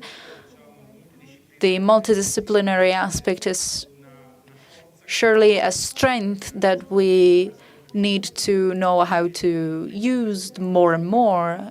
Complexities must be faced with multidisciplinarity. For building protections, we are introducing sensors that can collect anonymized data. So, for instance, your suggestions to hide behind certain repairs and call police through how the sensors we can detect exactly where people are, whether they have a cell phone with Wi-Fi or Bluetooth. It doesn't matter if they call the police or not. This can be extremely useful if the police should enter to a critical building, should know where the people that needs to be saved and protect are, if compared to those that needs to be isolated because are risks. So this could bring more help in a procedure like this. So I think we agree on the integration and on what our college from Belgium exposed. Thank you, Benedict Biron, for the case study and the funny and instructive video. It was extremely clear from the point of view of the communication. So I want to say compliments for what you realized. Let's move to the next intervention. Veronica Neves. We have Veronica Neves from Lisbon, so we can launch the video. Thank you very much for this opportunity of sharing what community policing is in Lisbon. And we are very happy to have the stage and to talk about what we have been doing here for the last 10 years. My name is Ana Veronica. I work for the Municipal Police of Lisbon. I'm a sociologist and a crime prevention expert, and I work with projects of implementing the community policing projects here in the city of Lisbon. So I will start by saying what is community policing defined by the U.S. Department of Justice. Is a philosophy based on local strategies for territory problems to deal with crime, social disorder, and fear of crime. In terms of how we see community policing here in Lisbon, we consider it to be something more not so focused on crime, but focus on a preventive perspective based on planning, implementation, and evaluation. Counts with the local institutions and residents to identify problems and solutions in a shared responsibility and cooperation between police and the community. The main goal is to reduce the feeling of insecurity and improve the quality of life in these territories. So far, we started in 2009, and we have 8 territories. It's not necessarily neighborhoods, because it can include several neighborhoods. So we have adopted the word territories. We started in 2009 with the first in Alta de Lisboa. And the project starts with several stages, and in the beginning, it takes about 1 year in the phase of deciding to ask or request to have community policing until having it fully implemented with the police officers working together with the local institutions and with residents. So far we have 8 territories, and we have also 2 territories in the preparation stage. And we are trying to have to deal with so many requests that we are having, due to the fact that we have produced a very positive image about this trustful relationship between the communities and this type of policing. Okay, so how does it work? It starts with the decision process of requesting this type of policing to the City Council of Lisbon. The model is presented to the partners, and we create a group. Usually it is a security group. Then we do the diagnosis of the territory. What are the main problems that we can identify with the local partners and the residents? We also ask them to talk about what is the best characteristics for them to accept a police officer working with them on a daily basis, foot patrolling the territory. We also ask them about the main problems that they can present and that this type of policing could deal with. And then we select the police officers for this type of territory. We do the training also, and this type of training is a very important stage, considering this training includes the training also for local partners, as we can see here in some pictures, and also with some residents. This is the stage that is right before the police officers go to the territories. So when they go, they know that they are welcome. They know that it's not the first time that they see those institutions or some of the residents. So they have already established a trustful relationship between themselves and the territory. And then the police goes to these territories for the first time, having this knowledge already. As I would like to present some of the sessions that we have, due to the fact that this takes about 1 year.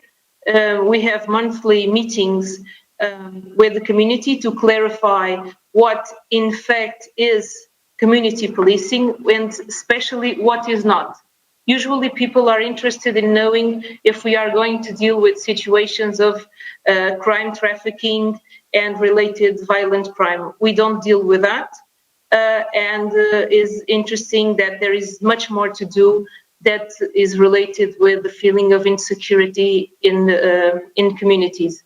For example, some of the events that is shown here in the pictures, in certain territories, the police is related for them should be polite, respectful, should speak with children, should be a woman and a man, and everyone is entitled to answer and to have an opinion. So sometimes we know that in terms of the cultural aspects, some situations that we already know is that the gypsy community, especially the women, have problems dealing with policemen. So we already know that that is a problem, and usually in those territories there is a woman and a policewoman and a policeman to deal with those situations. That's one of the aspects that we have to have into consideration. They have to be also good communicators. They have to have, and they also have the opportunity to choose the schedule, what is the best and the preferred schedule the community feels more comfortable to have the police officers working with them. We try to have a match. It's not always possible, but it's interesting to see the different territories and the different ways of deciding and the different answers. Okay, this is another picture of another territory, especially for an elderly population, where they saw the presentations of different perspectives of other territories. We also like to introduce in these presentations testimonies of residents and other police officers, and we take notes also, and we must have into consideration everyone's opinion and everyone's diversity, because it's important for the police officers to have this distinction of that people are in fact different and territories are very different from each other. Another example here is in this Hindu temple. Some of the communities don't have a relationship of other types of ethnicities, and we also must have that into account.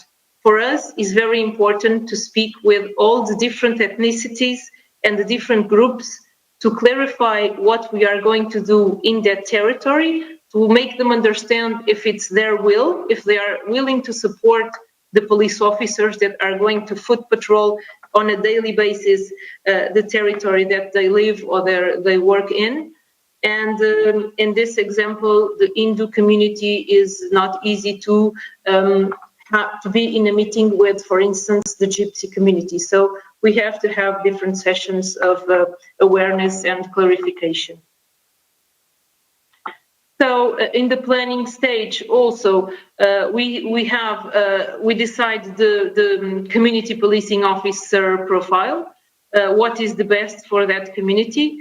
And you can see in some pictures the police officers with local communities and also with residents, and also providing their testimonies about what it's like to be a community police officer in other territories. The training course with local partners is very important again. Also for that pre-stage of getting into the territory, because they will be in those territories by themselves. So they should count with the support of the local partners and the residents. And then the community goes to the territory, and sometimes we make mistakes right from the start. Sometimes we don't.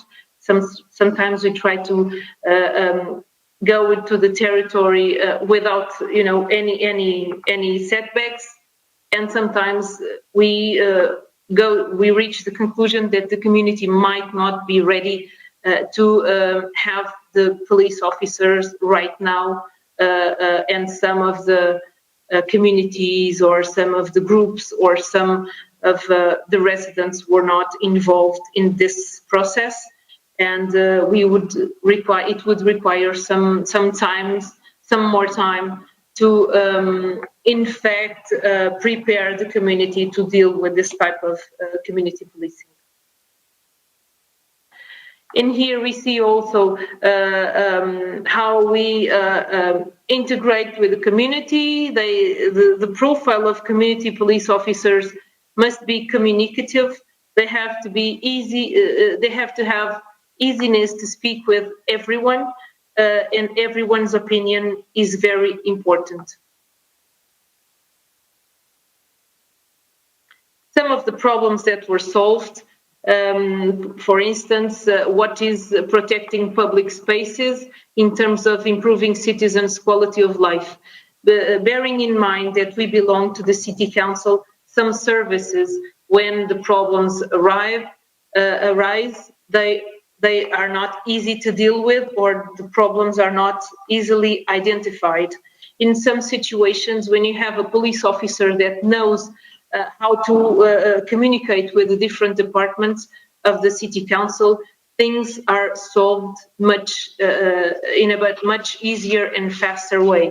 That's one of the situations that we could emphasize as being a way of characterizing this type of community policing. We try to solve and to improve citizens' quality of life by improving the conditions of public space and protecting it as well. So one size fits all doesn't work for the community policing due to the different engagement with the community, due to the different police profile the territories request or that we consider to be needed. The territory problems are different in all of them. And the community support to engage with community police officers is also different. And even solving the same problem in different territories does not require the same strategy. So it is something that we have learned, and we have to face that considering this aspect. So the idea of focusing on cultural issues only is one aspect of the territory. It is necessary to consider all the context, the social, the historical, the territorial, and the cultural variables. For example, in certain territories, the need to have a policewoman, as I have mentioned, was requested by most of the women due to cultural issues. The one strategy that works in a territory might not work in others. So this is also an aspect that we emphasize in training courses. Just because we have the testimonies of different territories and different police officers from other territories doesn't mean that that solution might work in the new territory they are going for the first time to be working on. So, for instance, I can share the situation that we started, the police officers started in a new territory, and the first thing, another service of the police, of this police, tried to remove abandoned cars, and they always thought that at the beginning, they thought that these police officers, the community police officers, were the ones responsible for removing the abandoned cars. We know that that's not a strategy, especially in the beginning of the process. It was very early in an initial stage, and we have learned that it is a learning process to have this harsh approach. And it's not related to any other of the other territories. It's just a coincidence, a bad coincidence that didn't work very well. But fortunately, the two police officers are working in this territory in particular that I'm talking about, and they are working very well. And it was a very good example of something that we should not do, and we should also, as a police, municipal police, should work together, and also the services, the different services that we have, should also take into account that in certain territories, questions, this type of issues are more sensitive. And that is something that we also have, from then on, we had into account. So the protection of public spaces cannot rely only on the police.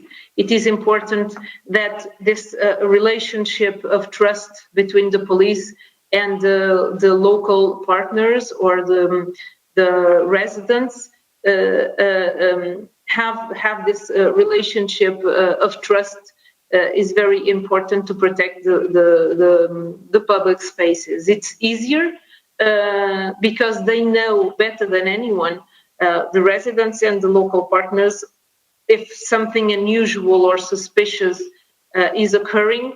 And if you trust the police officer, it is much easier to have a conversation about it and to have to express the concerns and the fears about what is going on in the territory, and also to establish strategies to work on some problems that might not affect directly some groups of the community.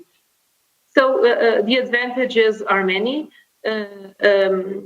The police officer from the community police knows well the community, knows well the territory, is able to manage conflict situations much faster and with much more sustainability, and to maintain and defend the authority. So the cultural diversity, tolerance, and intercultural principles is something that we consider to be a must, but it's not the only question. It does require engagement with everyone, including gender, age, culture. People are different, although they can behave equally accordingly to contexts or cultures. Certain cultures have different ways of living and using public space. We have that into account. And the police officers have the skills and the instruments to engage with everyone in a continuous relationship with institutional support, common trust, and based on the characteristics of everyone else. Obrigada. Thank you very much. And I'm available to answer any questions or doubts or clarifications you might have. Grazie Veronica. Thank you very much, Veronica. We are going to give now the floor directly to the next speaker, Fernando Gaona de Sande, Sabia. Good afternoon, everyone. Thank you very much for being here and attending this European Week of Security organized by Torino. Many thanks to the organizers for allowing us to participate and with this small contribution. My name is Fernando Gaona. I'm a police officer in the Sabia Local Police Force, and also I'm the European Project Coordinator, the city of Sabia.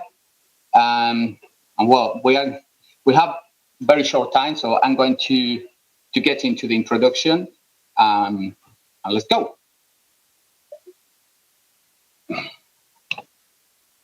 But the special situation that we are experiencing led to this different format. However, I'm sure that in the near future, we will all meet again, as we have done previously, to enjoy moments and experience in closer way. That means face-to-face, hopefully fingers crossed. Well, as a city based around tourists, Sabia has had to make many changes, adapting to the new lines of work and facing many challenges in a record time. This adaptability and quick response has been necessary to avoid major problems directly related to both the local economy and the safety of our small city. In a city with an area of just about under 69 square kilometers, in which approximately 30,000 citizens are concentrated, quadrupling this figure in holiday seasons, it is necessary to be prepared to respond to any emergency and to do so in a professional way. In Sabia, we can find the surprisingly high number of around 85 nationalities coexisting in a safe and relaxed environment, which allows for a lifestyle envied by many. For example, our British community has a number of approximately 6,000 expats permanently residing here.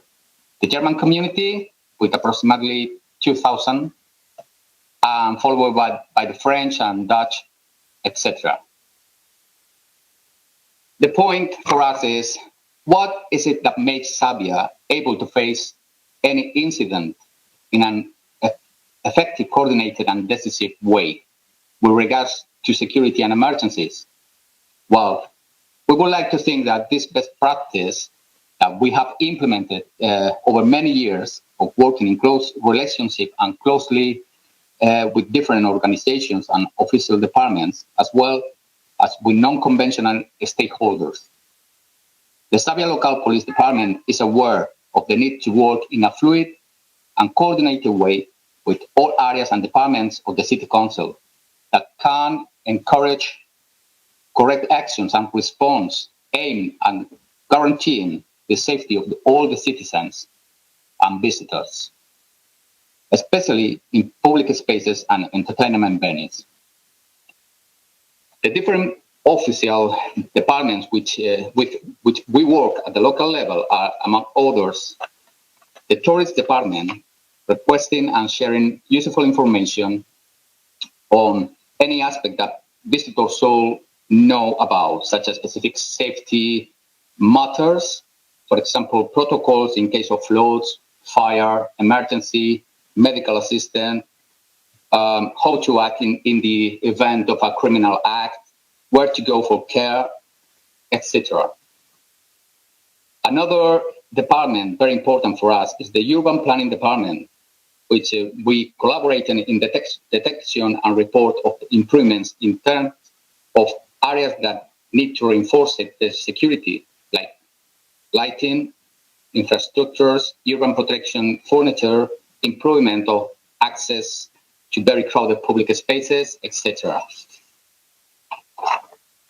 The next department for us that we collaborate every day, basically, is the festivities and events department, which is very important for us.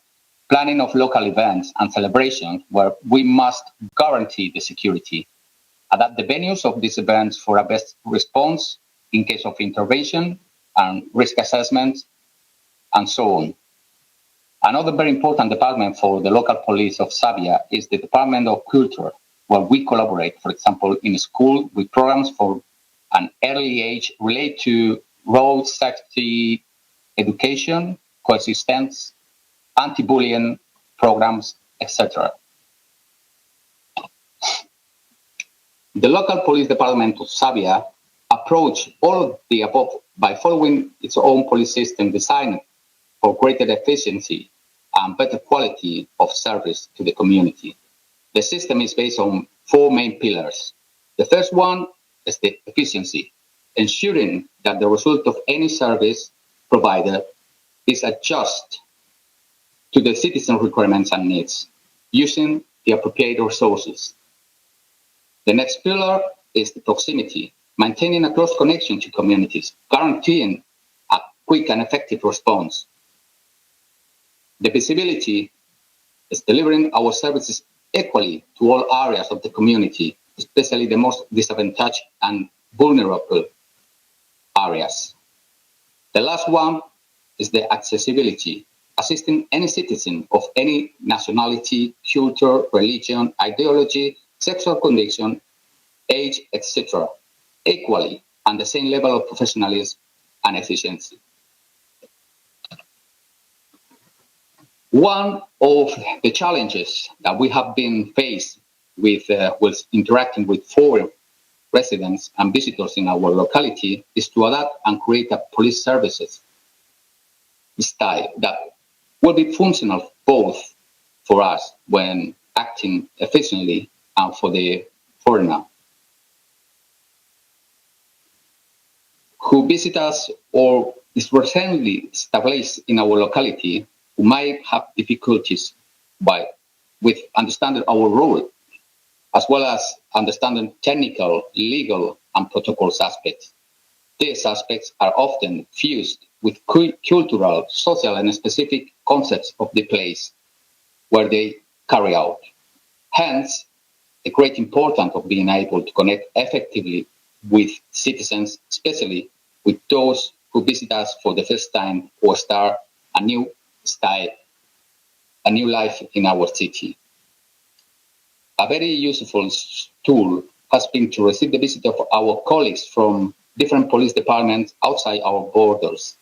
This initiative, also mostly led by state police forces, has also allowed us to share experiences and work together.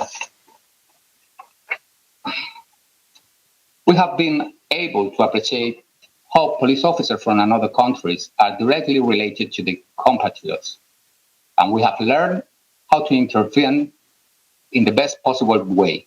In turn, we have been able to share our depth of knowledge with these visitors and share our experience. The local police of Sabia has received numerous official and unofficial visits from many police departments and police organizations. We have also had on occasions former police officers of other countries in charge of some of the initiatives that we will talk about later.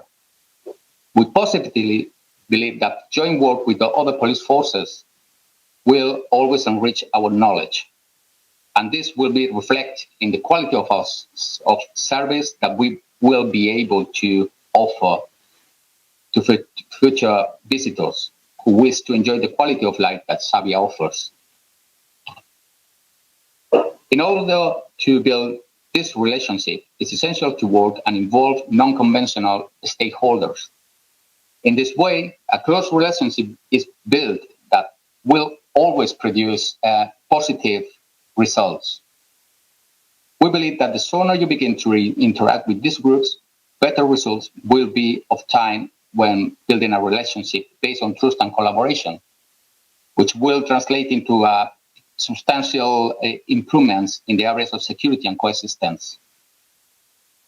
In the local police of Sabia, we work on many projects and programs that involve different non-conventional groups, some having direct or indirect involvement with foreign visitors and residents. Various of these non-conventional stakeholders with whom we currently develop different activities, meetings and collaboration are, for example, schools and educational centers, neighborhood associations and resident groups, and merchants associations. All these non-conventional stakeholders bring together groups of foreigners, residents, or visitors, which directly involves them and with a high rate of participation.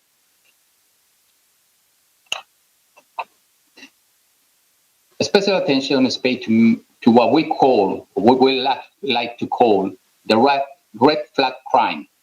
This concept being used when we observe a type of incident that may cause a change in behavior or public perception.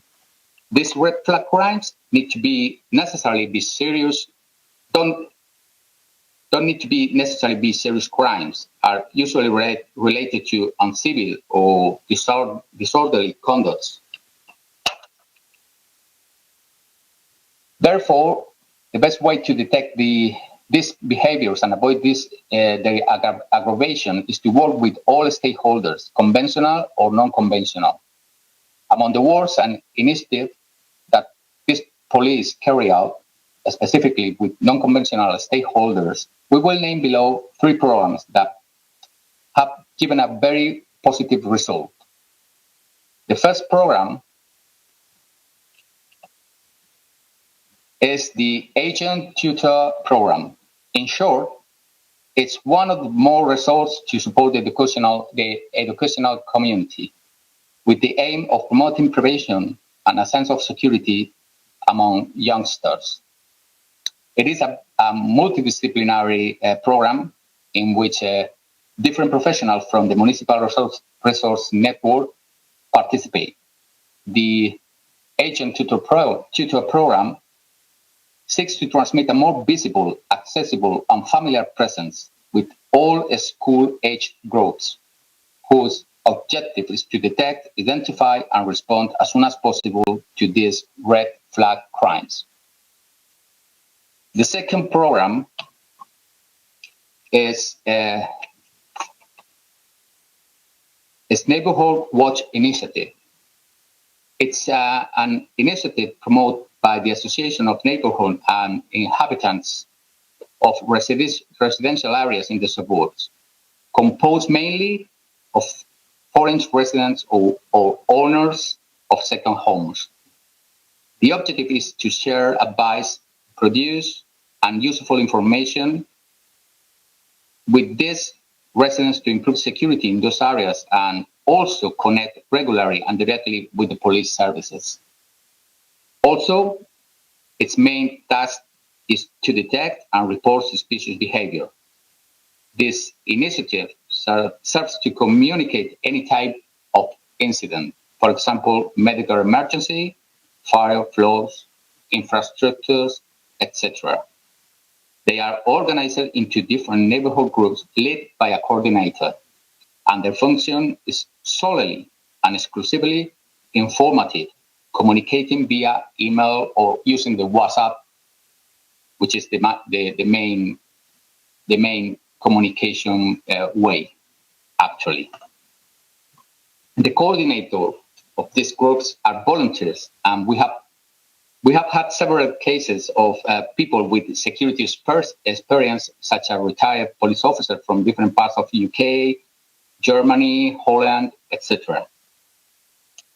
I would like to mention that the neighborhood patrols are discouraged, and their function is merely informative or as a point contact with the police and emergency resources.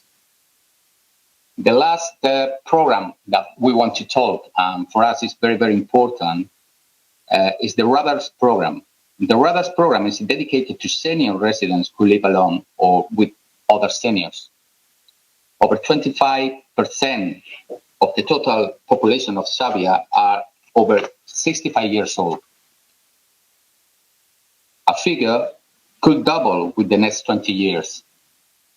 Many of these are foreign residents who have chosen to retire and live a quiet life in our town.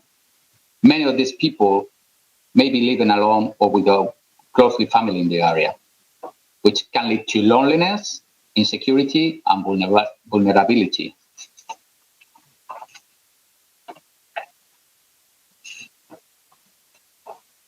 Radars is made up of volunteers, neighborhoods, merchants, pharmacies, social entities, and city council departments, including the police, who all contribute to reducing the risk of isolation of the elderly or dependents.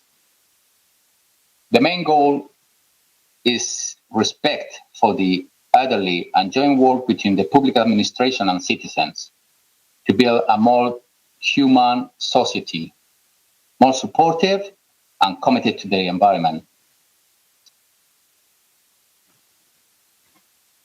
Finally, we would like to highlight that from the Stabia Local Police Department, our goal has always been and will be to bring security and coexistence to all organizations, interested parties, conventional or non-conventional, citizens, visitors, and the general group of the population.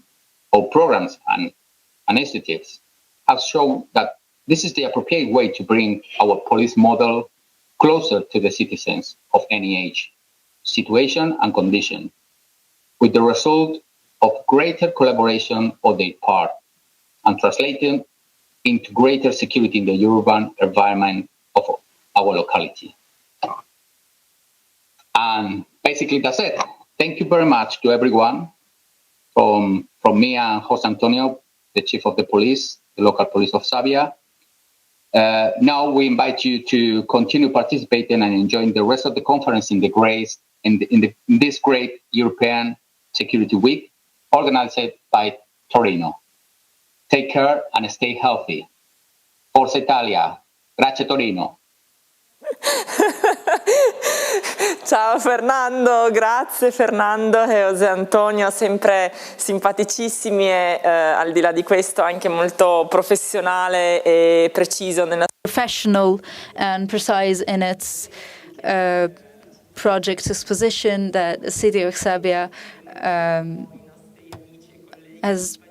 Thank you to our Spanish colleagues and to Veronica from Portugal for their contribution that we will comment now with our studio guests. We talked about territory for better living for the citizens. We talked about local relationships and non-conventional stakeholders. So, Eduardo, what is the role of these factors in the urban planning for security and in an effective plan? And I want to thank all the three speakers for their interventions that were very interesting. And I wanted to resume a bit what was told, because I think that if put together, we can have a complete framework with referring to the actual state of events that we should remember is that of a terrorist threat. We should remember because the last two interventions were images of beaches and being in winter months, I truly appreciated this. But I thought as well as festive climate and interrelation with population. So I thought about the first intervention, that is basically the development of an emergency plan for security and critical management inside schooler buildings. So an extremely worrying menace and threat, insidious and quite difficult to contrast. So during these interventions, I thought a lot, and I would like to say something that I believe is important, because I think these interventions were very useful. So at the moment, we have COVID-19. What did COVID-19 do? It made possible that Daesh terrorism would tell to its followers, do not move outside the pandemic countries, stay there, basically. Whereas the right-wing extremism that is already localized in Europe and doesn't move. So we have a localized threat. We think about European context. In concrete, what can we expect if we think about the terroristic dynamic? We should expect attacks, regimental attacks by subject armed with regimental arms,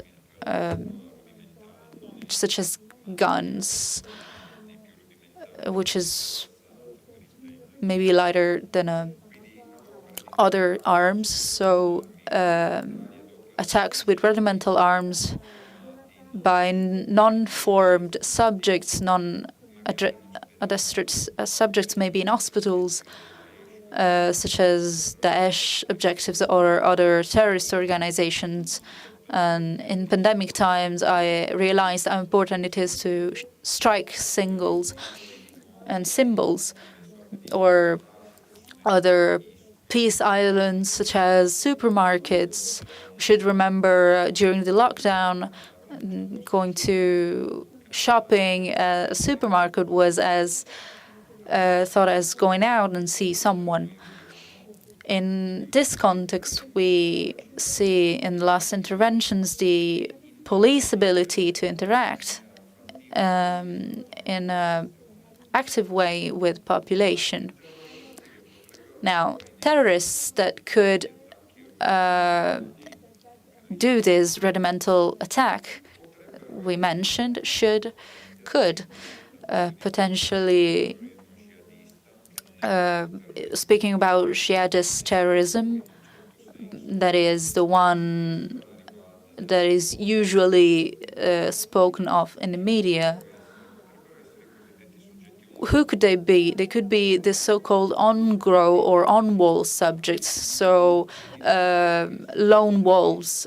So subjects that were radicalized online, they learned something on tutorials, videos, and thought about, or someone thought them through, and they tried to do something. So these kind of subjects are not suspected upon, because you might find the subject that already has something on his mind, particularly through this pandemic, finds itself with a series of fears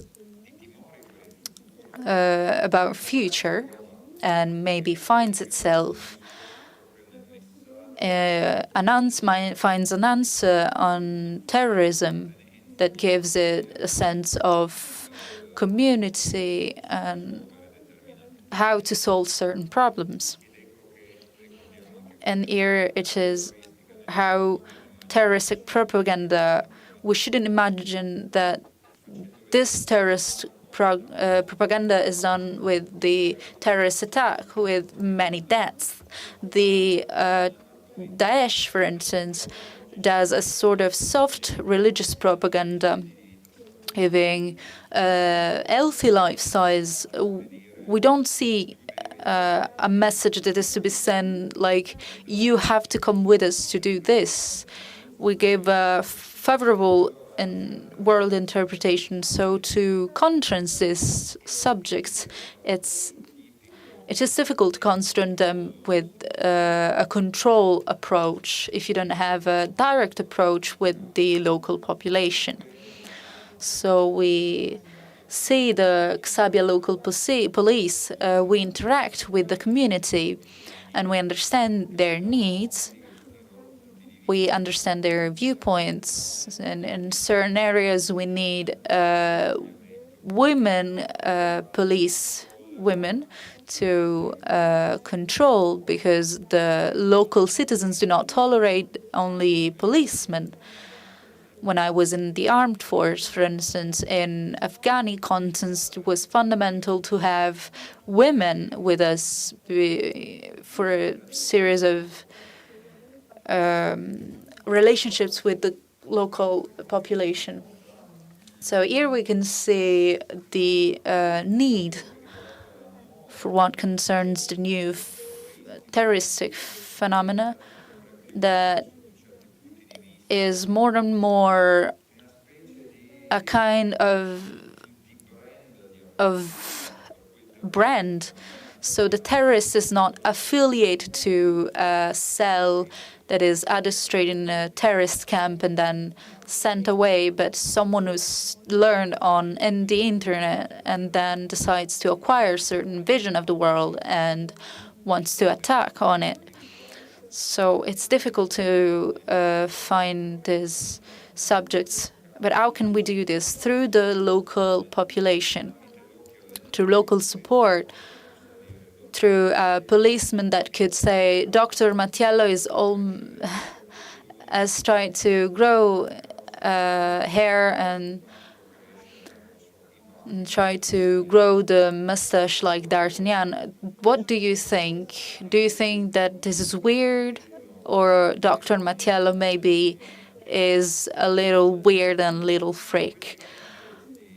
In this context, local police, with its approach, with the Xabia police approach, but also maybe our Turin police approach, maybe Commissary Tedesco could explain this to us.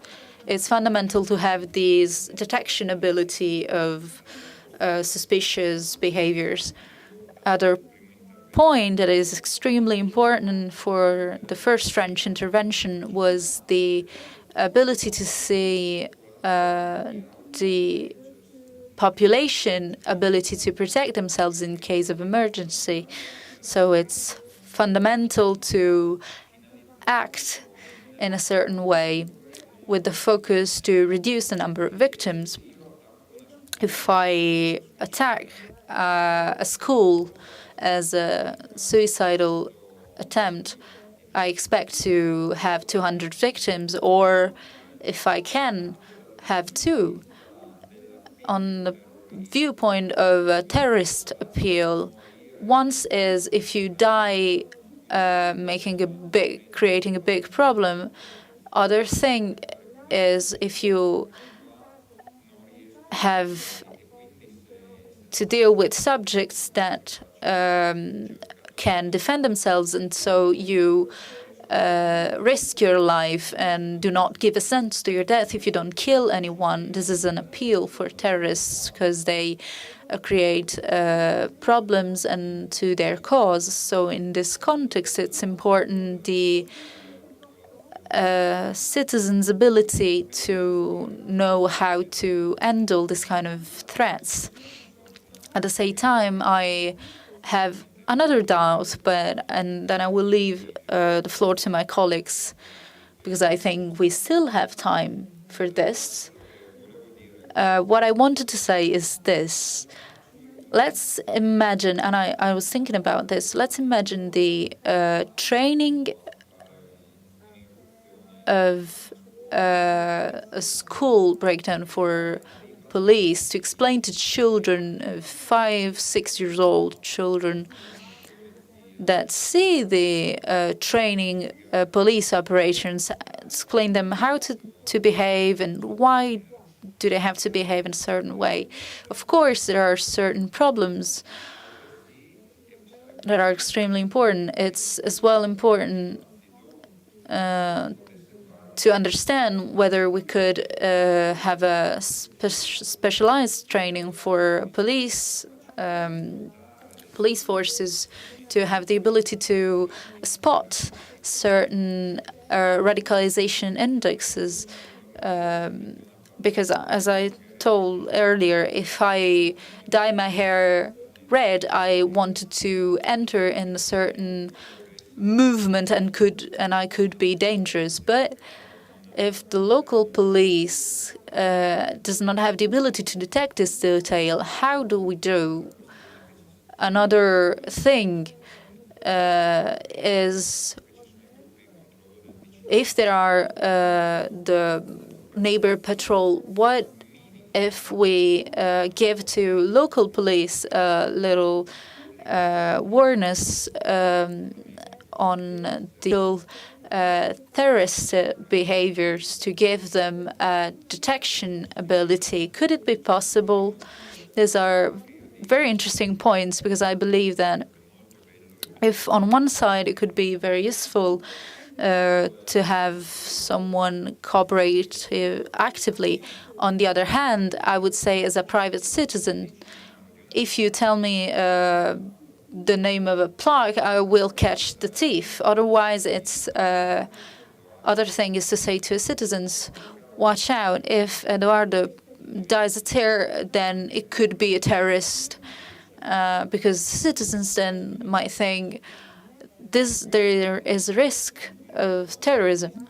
So this is an extremely important point to face in order to understand how the local police would perceive this kind of, the local population would perceive this kind of messages. As a last point, I wanted to mention the importance of the intervention ability of local police. I noticed that both France and Spain had local police unities specifically trained for terrorism, and I think it's a very important ability to acquire. I will leave the floor to my colleagues whether they want to add something or not. The possibility to train the local police and work on citizenship because it's interesting. So I'd like just to make this a consideration. I would like to put together all the different elements that I have heard. At the core, we got the protection of public spaces. We got the training for the police agents, we got the relationships with citizens, and therefore we have to create basically a kind of recipe. We have to put together some ingredients that can build up a very good safety and security action vis-à-vis the different challenges that are ever-changing. Within such ingredients, so we have talked, for example, about the relationships with citizens, then assertive listening and training, multidisciplinary approaches. I'd like to add another ingredient, something that can probably put together another solution, and the introduction of a particular technology aimed at some goals. Until some time ago, when we talked about technology, so our colleague and friend Nobly talked about that, I spoke myself about that, and we always talked about technology for monitoring and control. However, technology is not only for that purpose. It has some other purpose as well. I'm going to give you some examples. If we think that the local police training is essential because challenges are ever changing and they need to be always prepared. Can we also introduce technologies in order to improve preparation?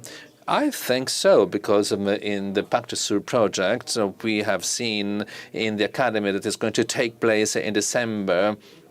I hope it will take place in December, otherwise we'll put it off.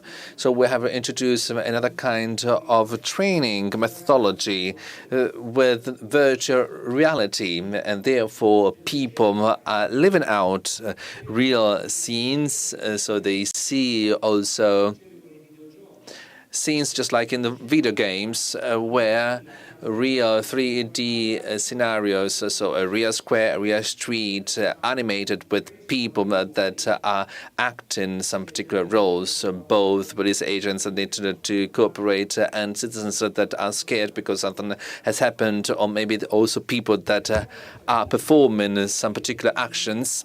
And through these different choices, and including also people's emotions, because we are downright in a real scene, so we can have a training together with our colleagues from Madrid, Lisbon, Liège, London, or Frankfurt, and so on. So together with them, we can implement these protocols and these procedures that basically should help us to contain the situation and to create security, and also measure our capability to remember actions and procedures that we need to implement even under stress.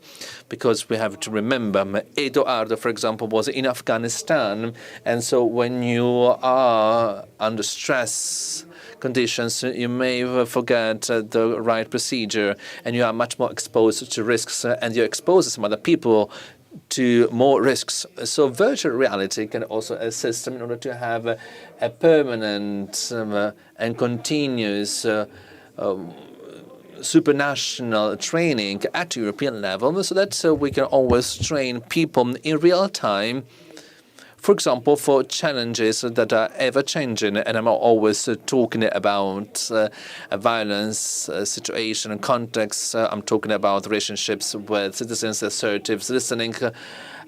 So also the mitigation of conflicts. So these are all instruments that imply the relationships with citizens. So we need to manage a situation. It can be a conflict-rich situation. So basically, in a training, technology can give us a very important support, because I repeat that if we involve emotions into a real situation, it's much different than a front lecture where I try just to listen and I try to memorize what has been said. Another thing where technology can be very useful is to understand and to recognize, acknowledge what happens in a situation, in a territory, before it becomes a territory criticality. My friend Nobili was talking about analysis on some cities, and he talked about baby gangs. This was particularly striking for me. So it means groups of minors that are fighting against other minors or against adults. Let's make an example where technology can help us intervene. For example, in our local police innovation department, we have opened a big data lab. We have created analysts, and through this data, we can see things that we cannot see in real terms yet. So I explained myself a little bit better. Through the reports submitted by minors, we thought there wouldn't be any problem intervene concerning minors against minors, because this data was very low. Basically, a group of minors is surrounding some other minors, and with menaces, with knives, or with violence, they steal them their wallets, cigarettes, and so on. So according to the data, Turin didn't have this problem, but through platforms based on AI, so we have understood that through the social network analysis, we understood what was about. We understood this phenomenon. So we understood that this was so much at the core of the debates, and there were many more problems reported in social networks than to the police. So very often people did not report such behaviors to the police because they thought this was not useful, because they mistrusted police. So we had lower data than the real phenomenon. If we had just based our behaviors on our police reports, we would have said this city does not have the problem. But the AI and the aggregated data and this kind of virtual reality has shown us that we had this kind of hidden phenomenon. So we talked with kids, we went to schools, and we tried to raise this kind of phenomenon to the surface. So technology can help us even before it becomes a criticality. I go on, and I would like to explain another matter. So the use of technology to understand how we can organize resources in local police. We always have a lack of local police forces. Everywhere in the world and in Europe, we have the problem that local police numbers are always too low vis-à-vis the population's needs. Through the productivity algorithms, through different big data analysis, and through different statistics that something may occur in a specific place at a certain time, and we have a lot of different literature on that, and we have a lot of different countries that have been already testing this system. If some territories are patrolled by the local police, so we reduce the possibility and the likelihood that such crimes are then committed in such places. It is scientifically proven, so the crime statistics are lowered just through this productivity algorithms, and so we can patrol some areas instead of others. Why are things changing? Challenges are changing, and of course then the local police resources are always lacking, and that's why also we have introduced the right portion of technology in order to make the relationship between the police and the population suitable. This cannot be only based on technology. The core of the solution is always the human being. The technology can only be a support, a help, so that this human being, no matter if it is a policeman or a citizen, can enjoy better services. If we replace the relationships between human beings and technology, we are going to create not much more certainty, but much more uncertainty. I've come to my conclusion. So this is something that you can also see in your vision, because technology is always a very hot topic. It is a big question mark. What does it mean to use technology? So I have to say we have discovered absolutely interesting aspects, especially for those who are not so experts or those who are not really within this kind of process. This is a very precious insight. Gian Guido, do you agree with that? I think we have heard three different interesting presentations. Some of them had some common denominators. Of course, the experience of the Belgian friends is much more down to a very specific case in Spain and in Portugal with Fernando and with Veronica. So these are real security projects, large ones. And so we saw this common point. They wanted to have a community policing activity, so a kind of community police.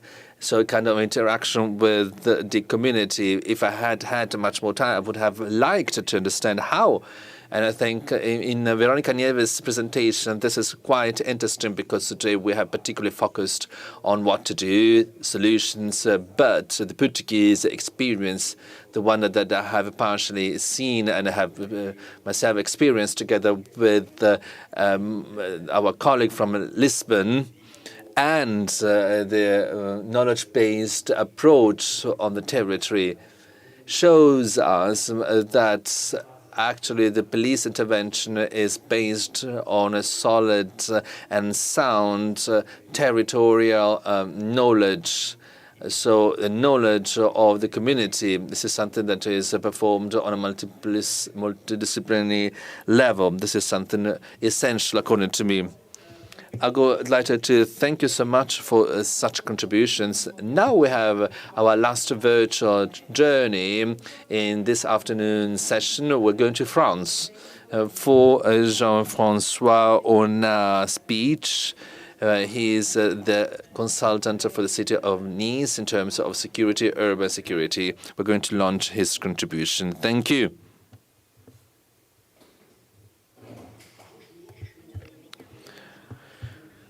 Good afternoon. My name is Jean-François Onam. I am chargé de mission in Nice. I've been doing that for 6 years. So for 50 years, I have been servicing the state. I worked for the service security forces of the state. Next to the security forces of the state, Nice has developed a proactive policy. Starting from 2008, our mayor has wished that this topic becomes at the core of its action. We have seen very important developments. So, for example, the significant increase of the police forces that 2008 have doubled with now 150 different police agents, 106 agents for public street, public space surveillance, and 106 different reserve agents of the police agents. We have also a public space surveillance system that is particularly developed. We had 2008 to 300 video cameras. Now we have 3,000 on public spaces, but also then on transports in real time. So security on public spaces, just like on the Promenade des Anglais, and also the setup of a very specific situation and the research and experimentation internally and externally in terms of new concepts, new materials, innovative systems for security, and then partnerships and very strong cooperation with some other collectivities and communities, and also with the Forum for Urban Security. All that can make us comply with such projects just like Pacte Sur. We have also the opportunity to work with global security, school crime prevention, a particular service for schools with a specific service of the city police, and the support to victims with a particularly facility for victims. Each single is a single action for prevention, for crime prevention, especially for different kinds of people, even for minors. So for the first ones that have committed the first crimes, even if they're minors, we need to have actions for the most vulnerable people, especially for those who need to face such problems. In 2016, in July, such events have shown us we needed to react. We cannot react with an immediate action, but the world is then, of course, dealing with the criminals, with the terrorists. This is an ever-evolving challenge. We do not know how this kind of menaces are going to evolve in 10 or 5 years. So we have to consider on such topics that and we have to find some answers in defending us, or we have maybe to mitigate the effects, thinking that a risk-free danger will never be present. So which means then, of course, that we need to reorganize ourselves, we have to improve our behaviors, and we have to come to global answers and global reactions. At European level, After the 2015 Paris attacks, Cristiana Estrosi has then started a kind of considerations on particular alarming devices that could probably also gather some data. So we have then activated a specific alarm system with some video protection cameras, and so we could then also get images and videos from some particular spaces and situation. Through this kind of toolkits, we can equip schools, concert halls, different facilities, shopping malls, and so on, and it can be also given to different people that perform different activities. We have then also some stations for particular emergency calls almost everywhere in the city. This kind of stations have also then identical technologies like in this toolbox. And we have also passive security in public spaces with the particular materials that we needed to test, of course, but they're also integrated into the city landscape so that our cities do not become a fortress. This was the case on the Promenade des Anglais with a particular integrated system in this emblematic place for our city. We're working together also with national police. We're working together with the local police. So we're going to have shared tools, and we are going also to have then a future forecast where our current technology, our future current will be integrated in order to set up a kind of experimentation center. And then finally, this MEM has submitted and suggested that all different forces can follow a training course, and that so that they can work together, they can know each other much better. And so this is something that we have done through the different Arnaud Beltrame Training Center on behalf of the gendarmerie colonel that was killed in 2018. And so this was something very interesting for us, and we really hope that we can have this kind of exchange in the future, so this kind of European dimension can be guaranteed and ensured, it can be also updated. What is the importance of participating in such a European project, just like Back to Sur? Besides all this kind of financing projects through which we could set up different devices on the Promenade des Anglais, for example, this is something that we needed to see in different states, not only in different cities, the same country. We have to work together because we have the same worries, we have to learn from each other. We had the opportunity to offer our know-how. We can interact with partners, sometimes even outside the security, but that they have also then very good competencies and skills that can give us a new vision on such problems, so that we can come together once again, so we can also bring together our expectations. I'd like also to say that they represent a very strong force for our police forces, for example, together with our Italian, Spanish, and Belgian friends, and many more. This is international engagement and commitment that Cristiana Estrosi wanted to further develop, so that we could also then work with our police forces in Lebanon and somewhere else. Our police forces in Nice are particularly proud of that. We think that such missions can be carried out through European projects, and that a task force with Liège and Turin and many other cities is such to strengthen our cooperation and to give a new meaning to the European dimension. I think that this is particularly important. This shows all the different European projects and the cooperation between all the different stakeholders in order to improve our situation. I think that Gianfranco Tedesco, right now on this topic, you have a particular focus to remind of.